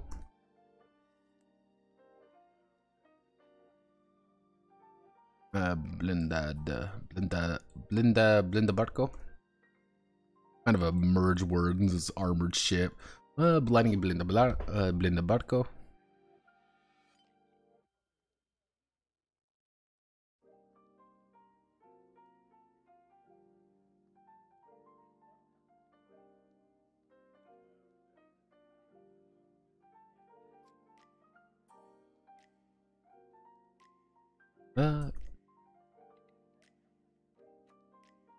These individuals are drawn to one another by an unseen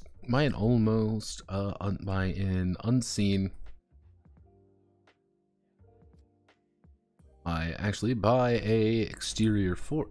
These individuals are drawn to one another if only because they are.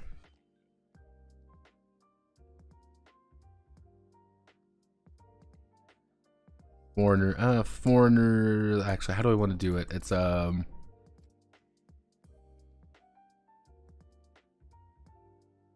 foreigners in a strange, they're not of the, these individuals drawn to one another, I should say, drawn to one another, if only because they are not of this place. Foreigners in a strange land.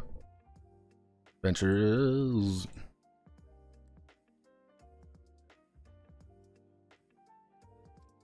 Ah, God.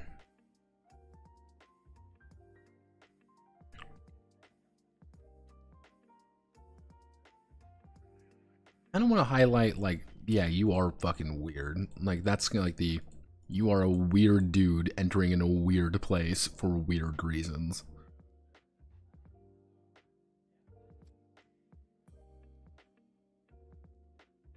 Let's just open up, like, immediately, just open up.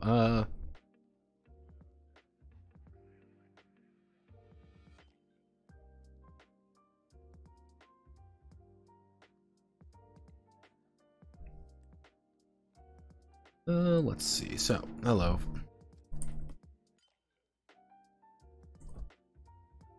The first question on everyone's lips,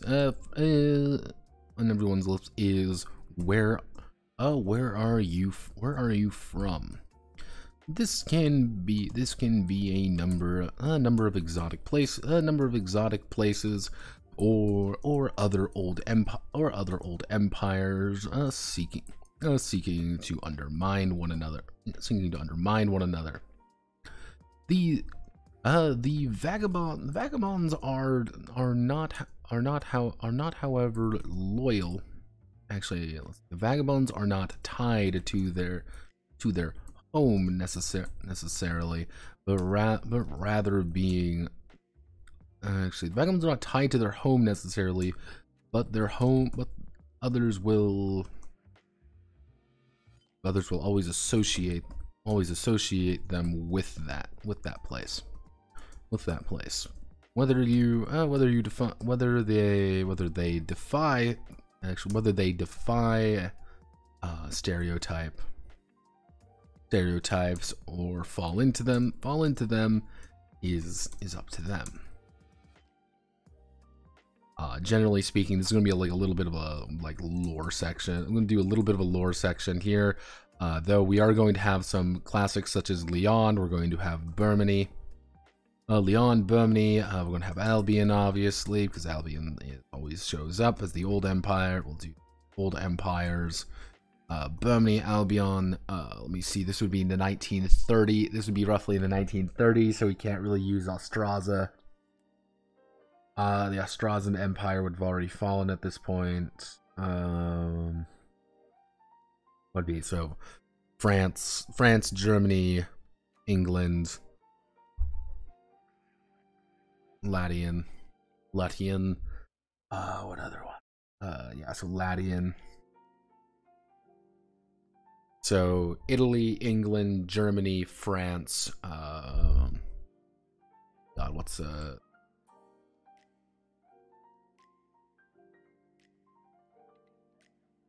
alternate names for Russia? Tell me more. Tataria, Grand Duchy of Moscow, Korea. Oh. Even the Rus, Muscovy. Ruscovy. Let's see, so France, Germany, England. Russia, Italy. Major empires am I thinking of? And this is kind of the world. This is, again, the rough section is about 1930s. This is like during the Spanish Civil War, effectively. So I'm thinking of like other... I smell naming conventions. Silence! They must never know!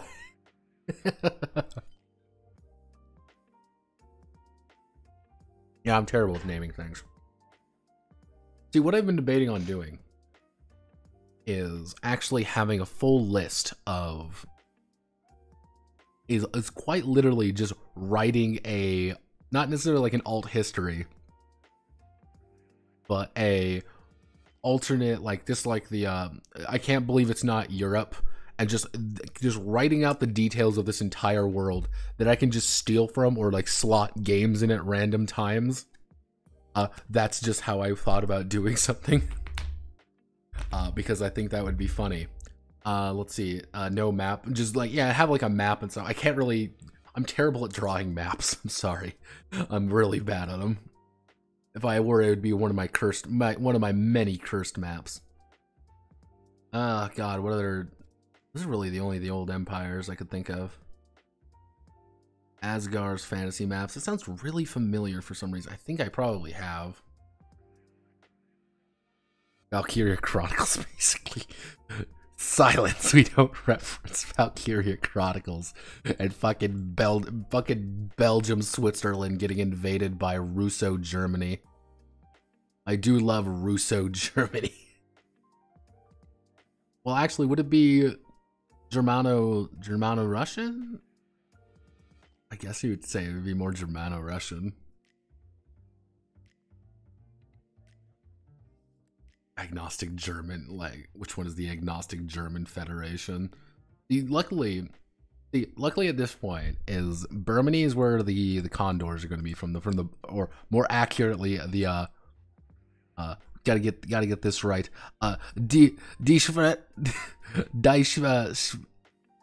God, this is a bitch to pronounce. Schwarzalder, Shadva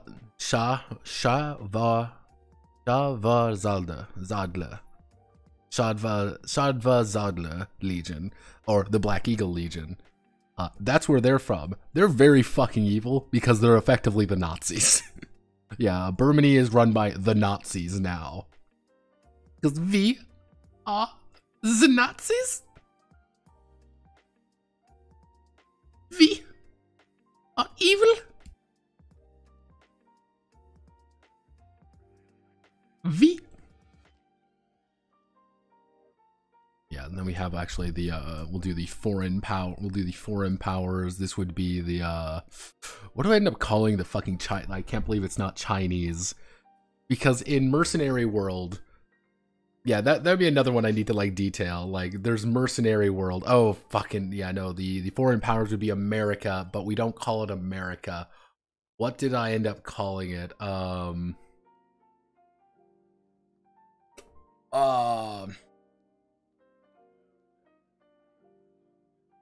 Oh yeah,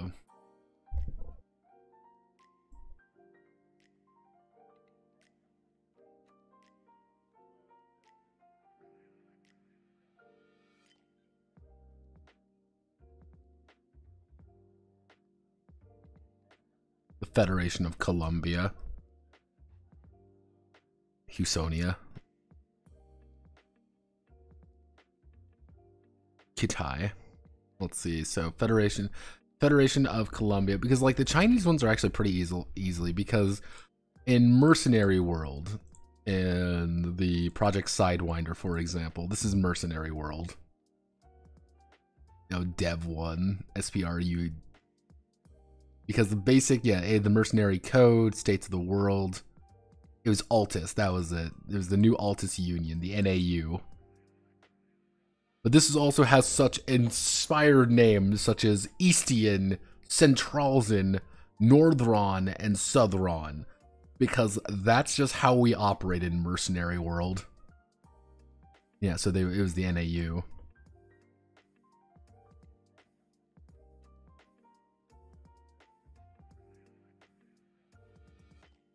I believe I called him like the new Dragon Empire or some stupid shit like that. It was dumb. Rather than calling it Changsha. When in doubt, well, let's just reference Changsha. My favorite. The Hongyu Dynasty. The Gun Hero, the Frontier, Old Man of the Broken Cane.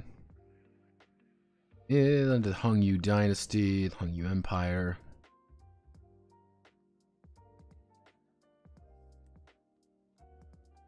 Your Forsaken Deal, Here and Now. The Hongyu's expend the Hongyu. Or yeah. I guess I need like an alternate name. I need like, because like historically speaking, China's actually had a very simple like naming scheme. Because the idea behind China is like the Qing had a word. Qing would just be the people who owned China at the time. Like yeah, the Qing dynasty were just Great Qing. That's just what it was referred to as, is the Qing. During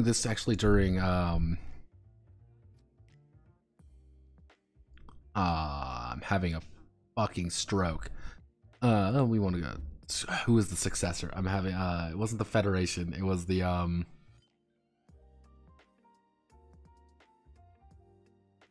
on, what was the successor state? It was the Yang Shikai. And then we have Yang Shikai, who was then succeeded by, and then he failed miserably because he was this guy was a goober. Yeah, this man was a goober. The Beiyang Army, Empire Japan, Empire China. What am I thinking of? It was the Chiang Kai-shek, that was it.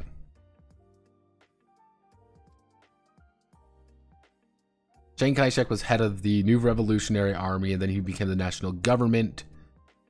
President of the Republic of China. It was the Republic of China, that was it. So he would just be the Republic of, alternate name for China, I guess it would just be...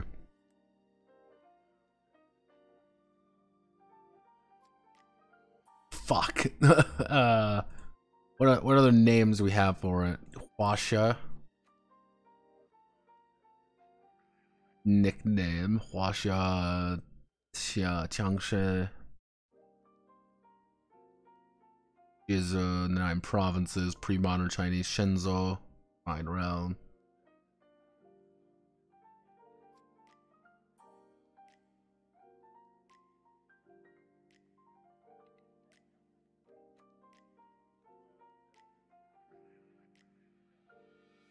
Republic of Wusha, Fredonia.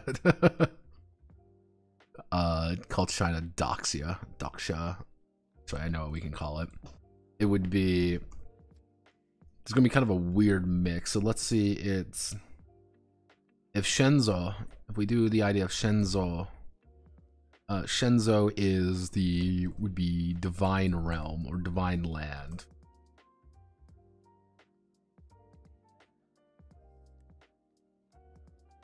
So if we do this, it would be... That'd be the Shenzhen, right? Would it be Chinese characters? Because again, Chinese is actually very, it'd be a Shen.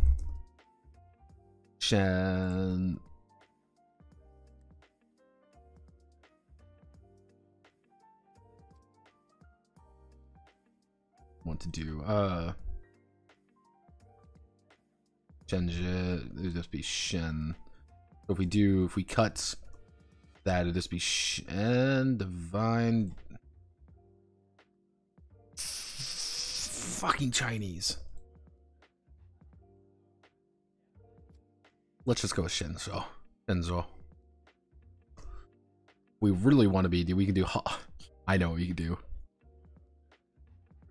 Hantang, which is pretty much just China.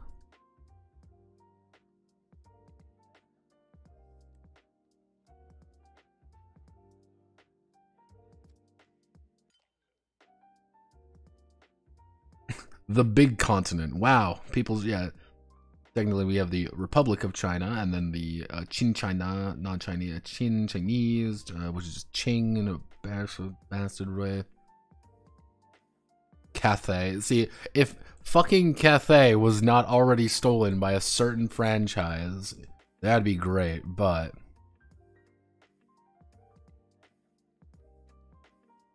Yeah, currently here, just some like major power. Cathay is a great fucking name. Like, these are just like places you're from, and like what I want to do is like have a a stereotype. Like, here's the stereotype of these people, and also probably having like a percent, have a percent chance to actually speak the language. Because I kind of want that to be kind of like a little bit of a joke in a way. Is like, there's a chance that you aren't going to be able to really speak the language here very well. You just kind of the old empires have a higher chance of being able to speak it properly, while the foreign powers aren't really going to be able to speak it very well. But you are also part of a foreign power. With the idea very much being like, you're not really don't worry about it too much. Now let's do alternate. We need to alternate names for Japan, because Japan was actually a big power in World War II. Remember, everybody, in World War II, it was a little bit big. Yashima, great country of the eight many islands. Yashima, eight many islands. Yamato, notation, Shapango, Zapango. Albanian, Japoni. Finally. Yashima. We'll use Yashima.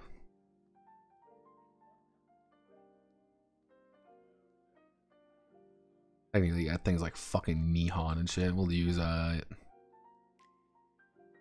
Imperial Yashima, which is going to be Japan.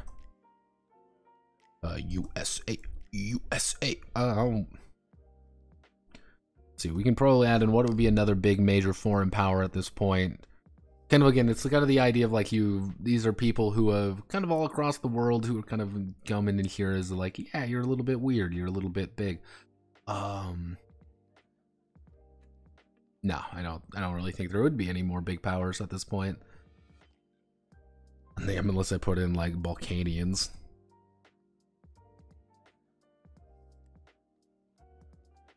There we go. The literal Balkans.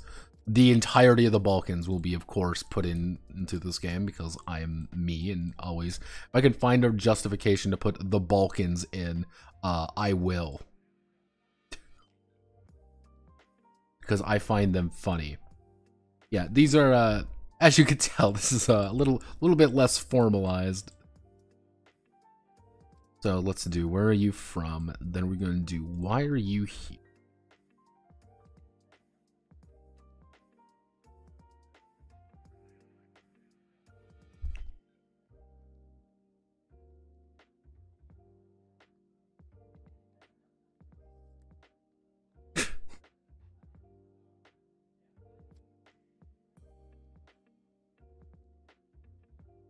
It was, God, what was that? It was the Palinka effect. That was it. I use the Palinka effect every now and again. It works so fucking well. You have no idea. Like, I would like to say that it doesn't work, but it totally fucking works. The Palinka effect. If I can find it again.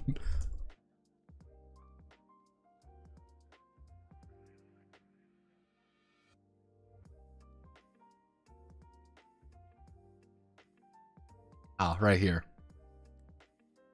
The basic concept is that, it's on Reddit, mind you, but bear with me. Like, the basic idea is any setting that is too happy, that is like too good or too nice, you end up, all you do, you sub in the entirety of the Balkans. Yeah, then you do a century of history, treating that location as if it was a historic part of the Balkans. When he's done with that century, he presents the setting to us. Then, you know, whatever the setting is, it doesn't matter. And edits that somehow shares a land border with Yugoslavia, adjusted for the time period. You know, it's usually not worth playing. We apply this to all this. The Kingdom of Blue Rose that received all the attention. And ended up with something too funny to not play. Let's see, the most common redraws map. So the Balkans are just sort of dropped in the middle of the setting. Usually it's not the whole region. Where was the one? Usually a bit of wrinkle in time up to the Serbian Empire before the Battle of Kosovo. Big modern slant, the whole country is sort of self-aware and fatalistically dystopian. They're only self-aware for whatever reason. Their task in this world is to ruin everything so they can leave. Kind of like an even larger scale quantum leap. So there's always the same line written somewhere in the opening text crawl setting speech. And then, without warning, the Slavs arrived. The basic concept is you just take the entire Balkan history. Yeah, it's you take the entirety of Balkans history and you just slot it in there wherever you need to go. And I've actually applied this to a few settings before, and it's it works every single fucking time.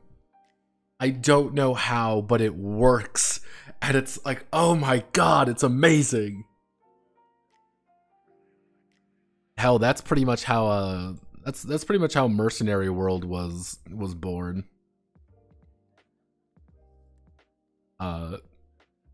Mercenary World was literally born because the entire concept of Centrals is the entirety of the Balkans.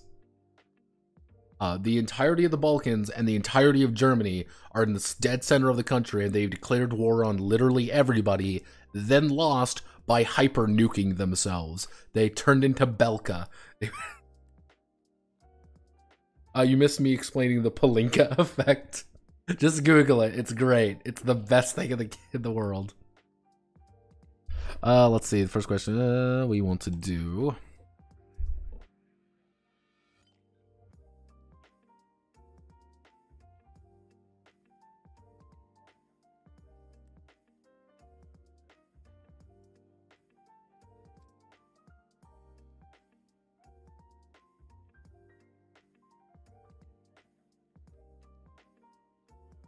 Generally speaking, intelligent individuals don't rush into another country's civil war without good reason.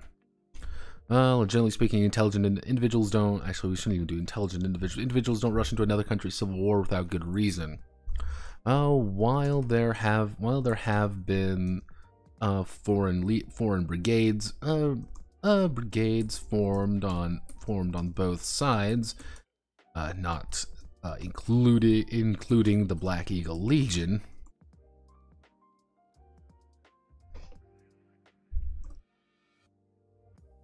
Rarely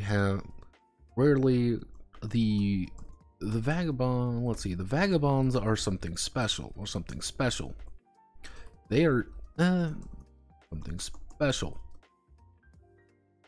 They are running from something. Or at least running to something else. This can be metaphorical. Literal, or just a personal problem. The Vagabond is currently suffering. This drive is what keeps the Vagabond moving onward between adventures. Should they stop, they will most likely face disaster. Or cause it by simply being there. Pretty much the best way to think about it is there's going to be kind of the reason you stop going on your adventure, the reason you stop being a vagabond is because you've come to accept your fate and you'll kind of take it on the chin a little bit, or you've paused for a bit and you're like, you've kind of not necessarily forgiven yourself, but like, yeah, this is it kind of place. Like this, I found purpose. I've run away from my problems enough. Now's the time for me to stop. But mostly you're trying to get away from something. It's not necessarily always got to be direct. That's why I'm not really going to assign any mechanics to it. But it's like, why are you like constantly moving? Like,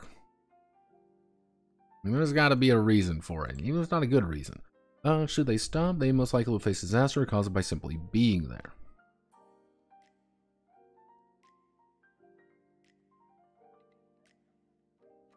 Below are a few examples. Generally speaking, you have things like wanderlust. I'm going to give like a little description for each of these, but that's just kind of going to do this off stream because it's a little bit easier. Like the idea behind wanderlust is you have a curse of Odysseus in you. Like you're this person who is like constantly wanting to explore and go around to places, and you're kind of at your wit's end anytime you stop. It's like, yeah, I stopped. I felt passionate about this, and you kind of pause for a moment. And you're like, all right, I want to leave now, and you just kind of go. You're the kind of person who can never be really held down.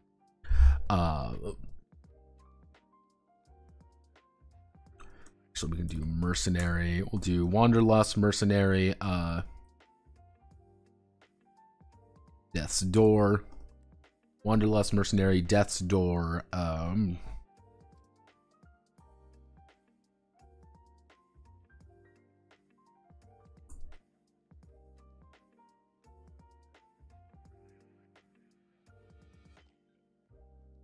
Wanderlust, you're a mercenary, you just want money because you're being driven by that monetary gain, promise of future.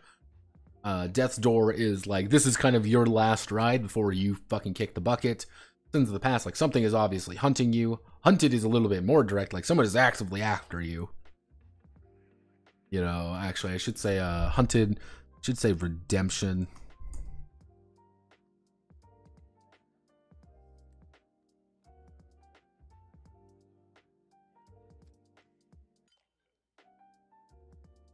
There you go. And sometimes it's a little bit simple, like, yeah, you just want money. Sitting around ain't gonna do much. You're gonna need you constantly keep doing that. Death's door is like, yeah, you're gonna die here soon. You don't actually have that much left in you. You're gonna keep going because that's what you gotta do. Your redemption, you did some nasty shit in your past, but you're kind of trying to fix it, and you know that's gonna probably come up. Hunted is someone who's actually trying to get you. Exiles, you don't really have a home anymore, so you're just kind of going from place to place. Addiction would be more along the lines of like, hey, you are addicted to something that you constantly need to keep moving to either like kind of ignore it or you kind of need it. Anytime you stop for too long in a place, that addiction kind of takes over you a little bit. It could be something simple as like you like to smoke a lot, it's like, but it obviously is always going to ramp up. And the example I'm going to kind of use for addiction is like, you are a horrible person when it comes to women. Now your badass soldier man is literally drawn to anytime there's a woman in danger, he's got to help, of course, with that smug smile. And if he ever stays in a location for too long, things go wrong because he's notorious flirt, he pisses people off, and he gets his shit kicked in. Sorrow is more like, you need to escape something a lot more personal, and this is for that. This is like I am suffering from something very bad. I need to like kind of push forward out of it. Like I'm a sad person who does sap.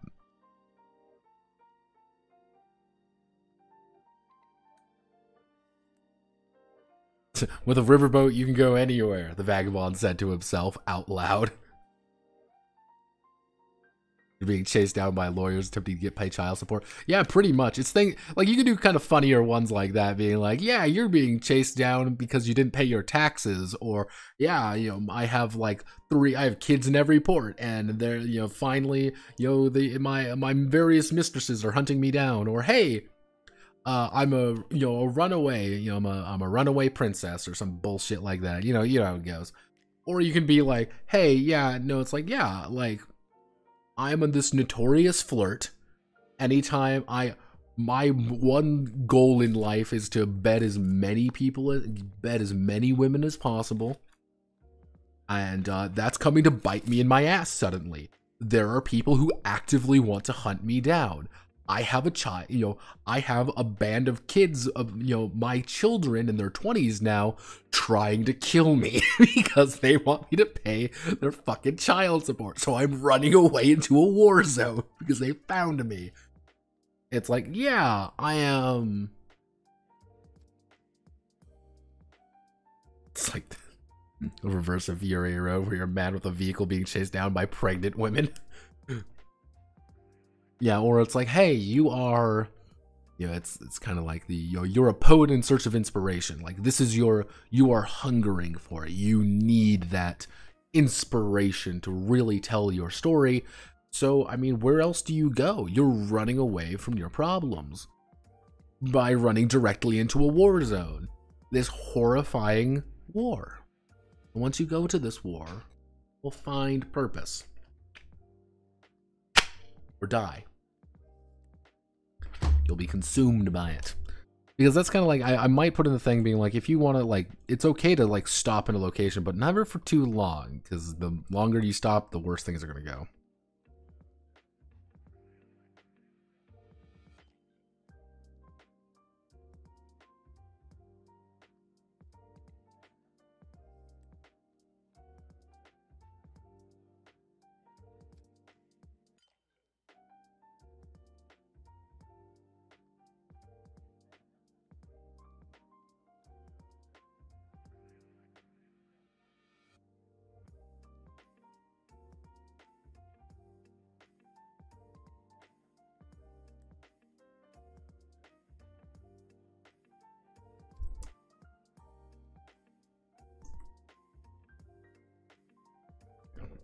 Someone was asking me a question.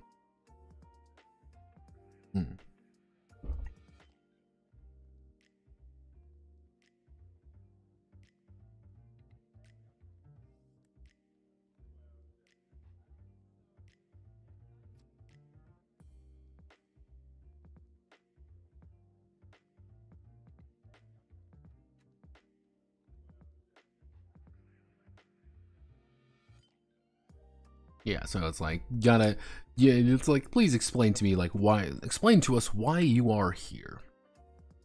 And then we got the basic kind of like, where are you from? Why are you here? And then being like, how do you...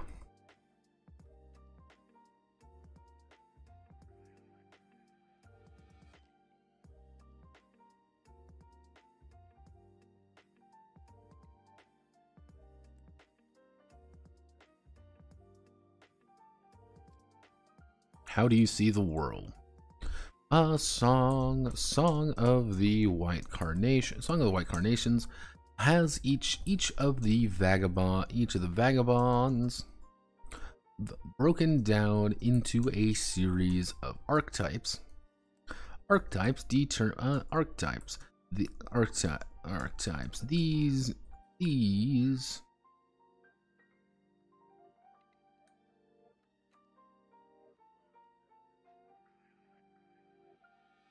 archetypes are broad concepts that determine the nature of the vagabond. And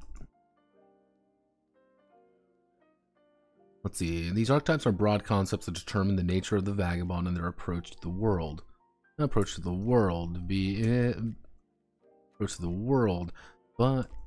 only slightly influencing their attributes and skills. Ideally, there is only one archetype present in the group. However, the narrator has the final call. Yeah, little bit of meta there, but it's like, it's kind of like, what I want to do is like, where are you actually from? Like, what are some stereotypes? What are some things here about your people? And we're just gonna like pick your own. Why are you actually here? Like, what's driving you here? And then like, what's your archetype? Like, kind of like, what's the thing that kind of shows you to be you? And then we have our various ones. Generally speaking, how I'm going to be doing this is most likely the soldier which is going to be all cards can be used for. So all cards can be used for.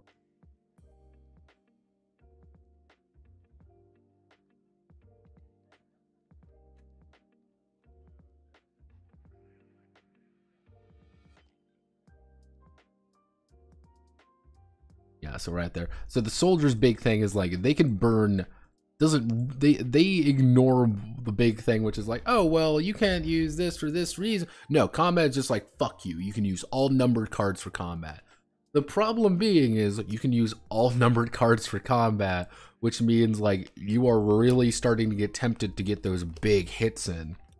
You're always burning. Your soldier's gonna, how I view it is, the soldier's going to be burning through. They're very selfish in the way they handle things.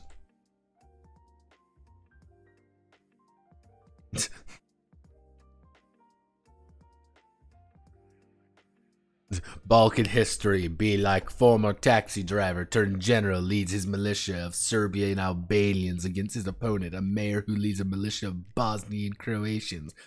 During a last war for independence this week, the war escalates with the general too busy with ethnic cleansing, the politician spending all the money building bunkers for the incoming attacks, a Slavonian Greek lawyer that sets up another war after a farmer had a bottle shoved up his ass by two Albanians. Very clear. Yeah, pretty much. How do you... Yeah, that sounds about right as well. Nope, how do you feel about your tick up in subscribers? How do I feel about the tick up in subscribers? I feel pretty good. I like it. I find it very happy.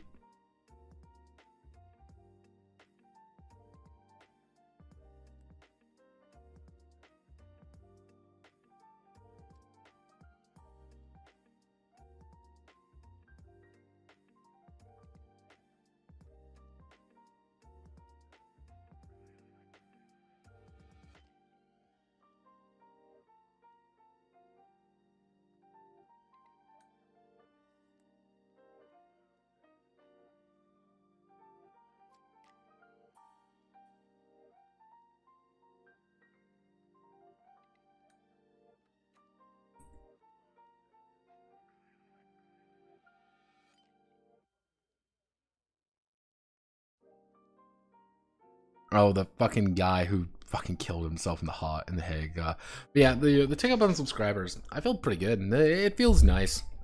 For those who don't know, I go to my YouTube here. YouTuberino.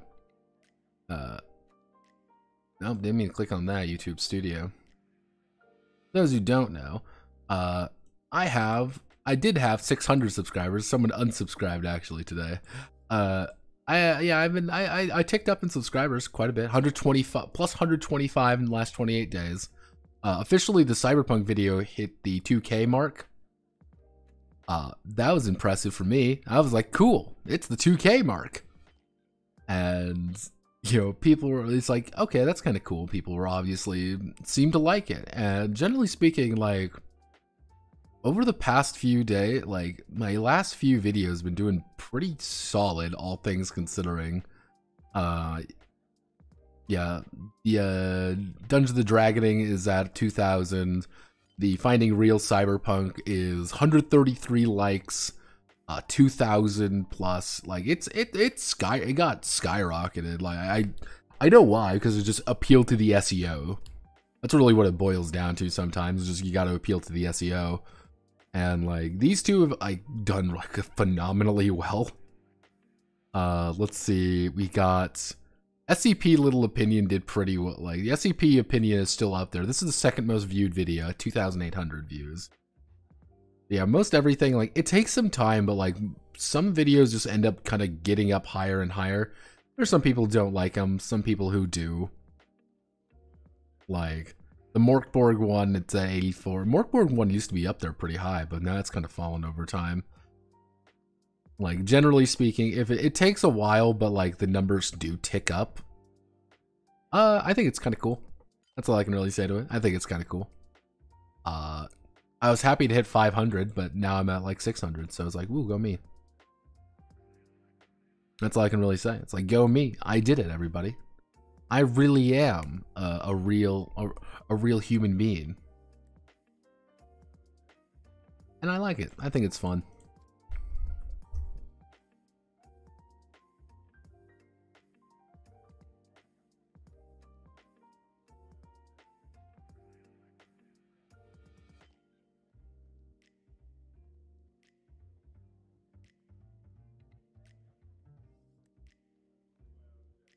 Allows.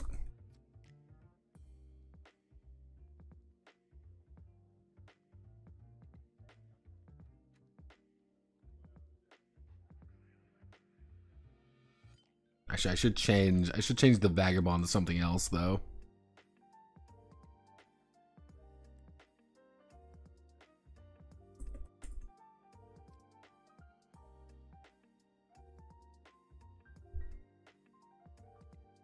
We'll use a survivor.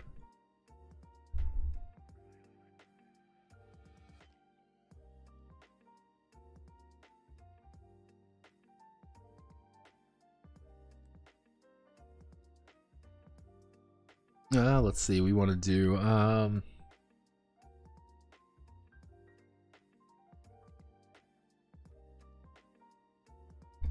let's see. We want to do so.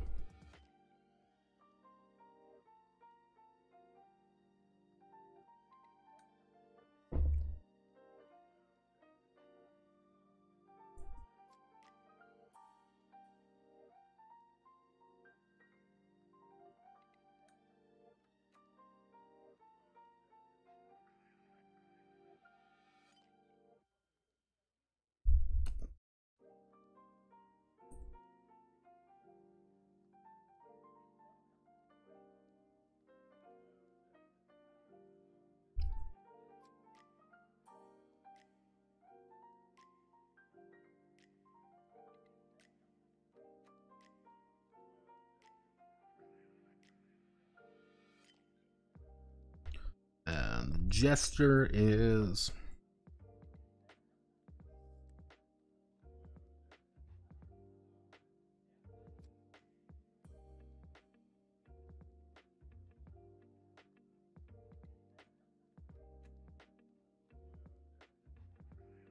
there we go.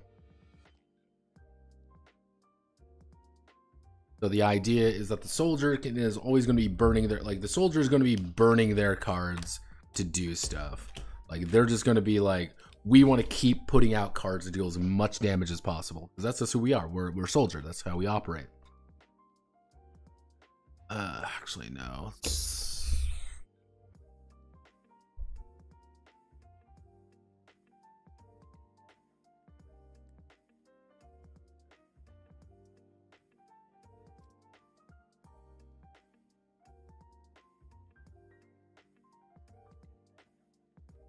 Yeah, we can do that with the criminal, with the idea being that the criminal is going to be trying to play sequences. You know, it's like his idea being like, okay, I have a, like, oh, I can play this, you know, this 9 of spades, but I can also play, because I have a 9 of spades, I can play the 9 of diamonds on top of it, even though I technically can be like, okay, I'm able to manipulate my hand a little bit more, or it's like, okay, I want to do it as, oh, because, you know, they have the 9 of spades, you know, diamonds here, I can play the king of diamonds. That's how they want to play a little. They want to be a little bit more tactical with their hand, because they can manipulate things. I think that'll work, or I give them a different, there's a few options there. I don't know how I want to do it.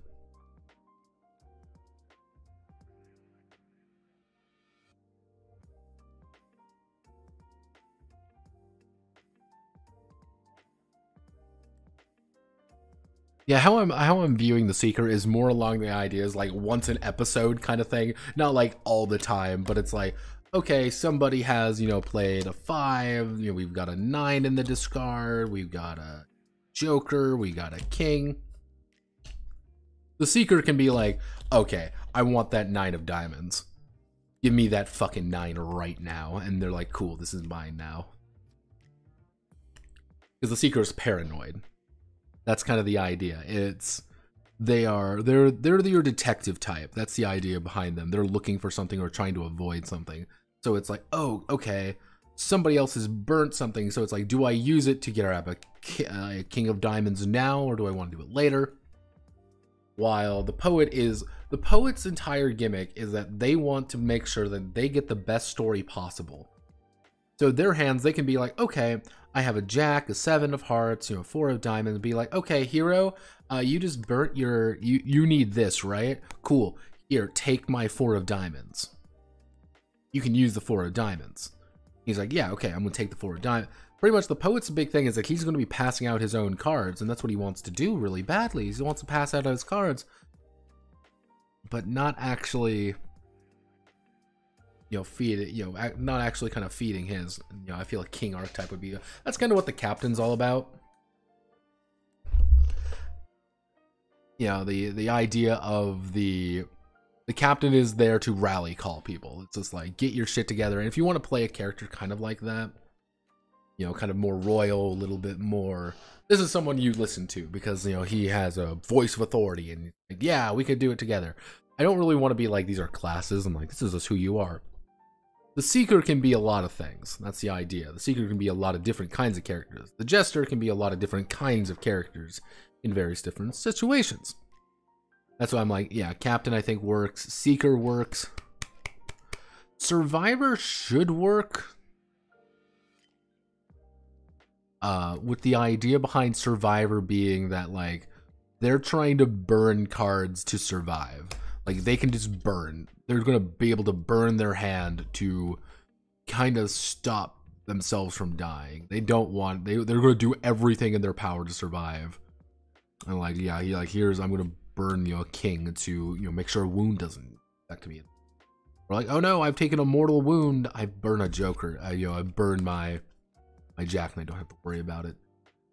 Yeah, her hero feels a little bit weird. I don't quite know how I want to do with the hero. What I might do with him is more along the idea of, like, anytime you draw a card, he gets another card. Like, he always is going to be, like, drawing more and more cards. So you are encouraged as the hero to constantly be burning your cards because you're just going to get more every time you do draw. So, but it's kind of that, it's a double-sided sword.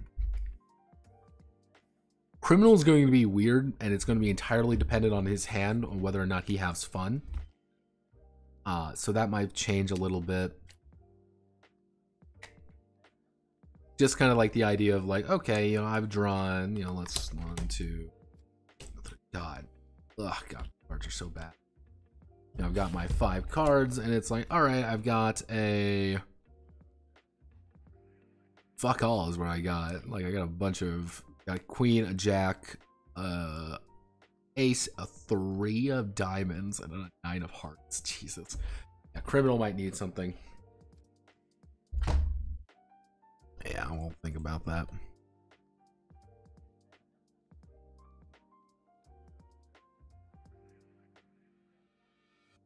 By only one archetype, does that mean only a player got an archetype?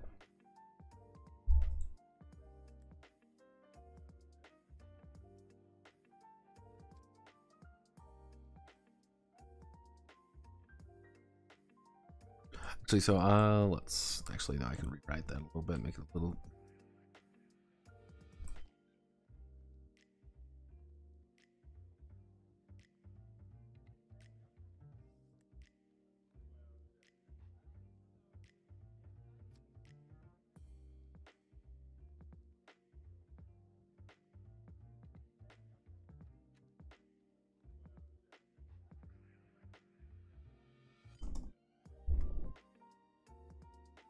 There we go. That's how it's supposed to be.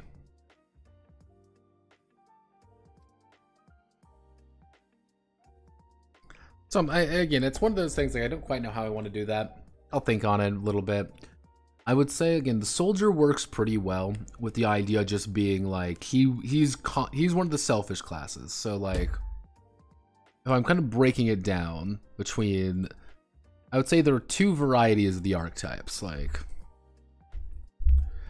there's more of the selfish lean, like the selfish variety, and then kind of more of their selfless value.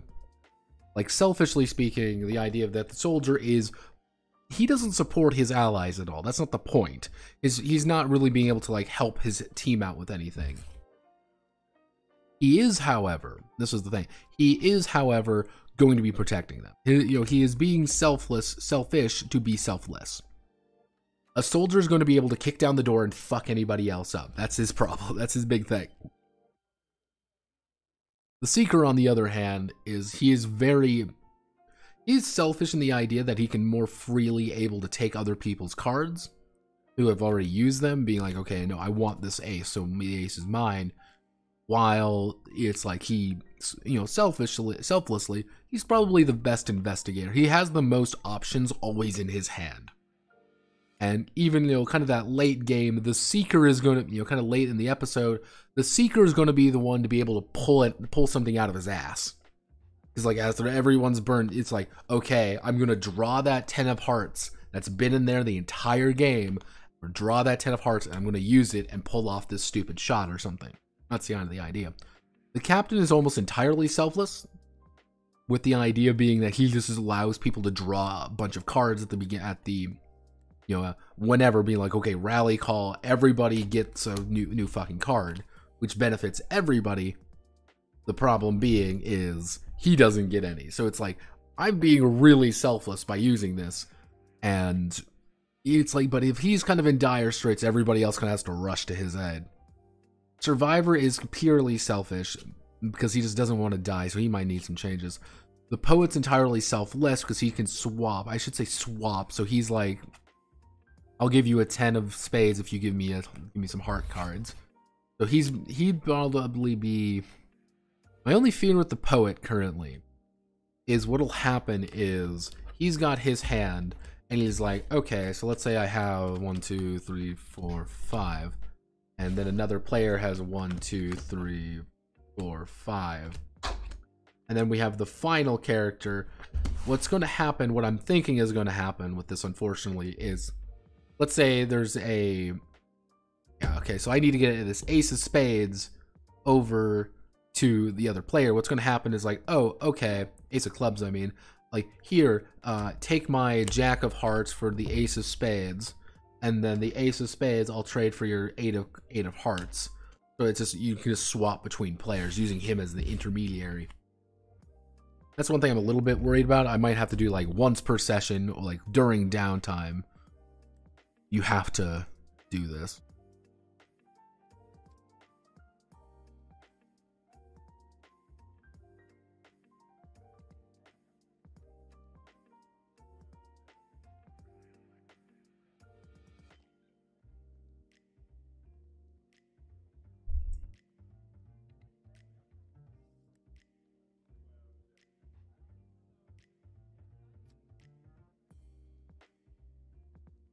Yeah, no, okay. Yeah, I'll debate on that. I might make kind of like the criminal and the poet somewhat inverse of one another. Yeah, or like give them like, generally speaking, what I want to be is like the criminal is all about being able to use the absolute most out of his hand. Like, he has a bunch of options in his hand. You know, he might not have the most amount of cards in his hand, but he's like, I can do the most amount with this. While the seeker is, he has a lot of cards in his hand, and he's constantly, he's just like, I want to get more, I want to grab something, right, let's grab it right away. But he can't use them very effectively. It's like he has to rely on other people using the valuable cards to get valuable cards. That's the issue with the poet. I want the criminal to be kind of the inverse of that, where it's kind of like he's okay with shitty cards because he can make them go a lot farther. So it's like, yeah, give me your 3s, give me your 2s. I can do that. I can manipulate this. I'll think about it. But I think I'm going to call it there for today. What's going to be on the ledger pretty much is I need to do lore shit. That's going to be kind of a big thing. So we're 9 pages in. Doesn't seem like a lot, but let's see. So what's the to-do list? So if we break it down, we need to finish the Lonely Souls. Finish the Lonely Souls, and that's pretty much just like attributes, skills. I need to do the lore. We need to do the adventure section. We'll do the adventure section, which is going to be broken down into like investigation. Well, it would probably be like investigations, combat encounters. I would say more of like I wouldn't say necessarily like a social encounter, but more like I guess you would call them like social encounters. And then we kind of immediately move on to then we do the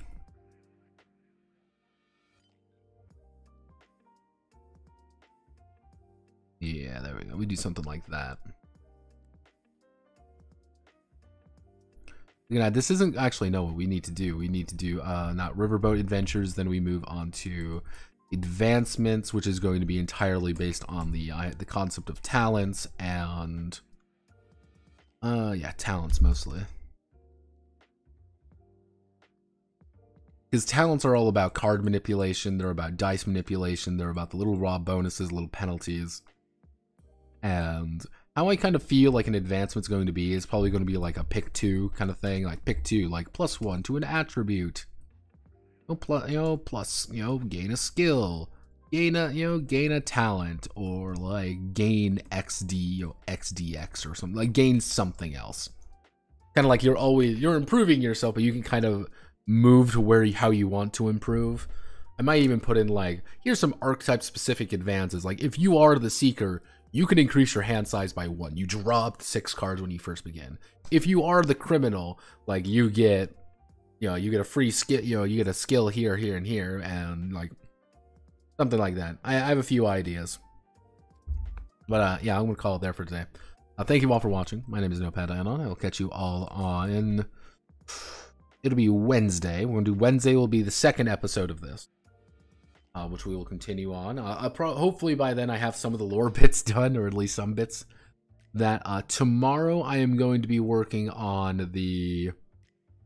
It's going to be, I think it's rapid fire tomorrow.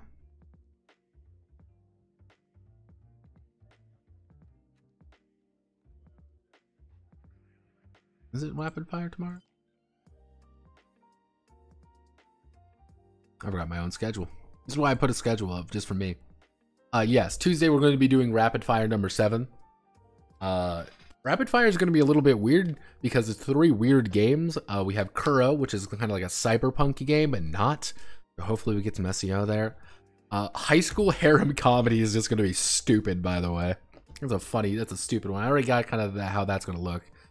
Then we also get to do Chicheon, Yeah, those are the big three we're going to be doing for rapid fire tomorrow. I don't think it's going to be a very long video because, like, my opinion on Kuro does effectively boil down to it's not your first option. Chi-Chian, yeah, we had Chi-Chian, which Chi-Chian's opinion is going to be like, the problem with this fucking thing is that it's very weird, it plays very odd, and you have to be invested in the setting of it.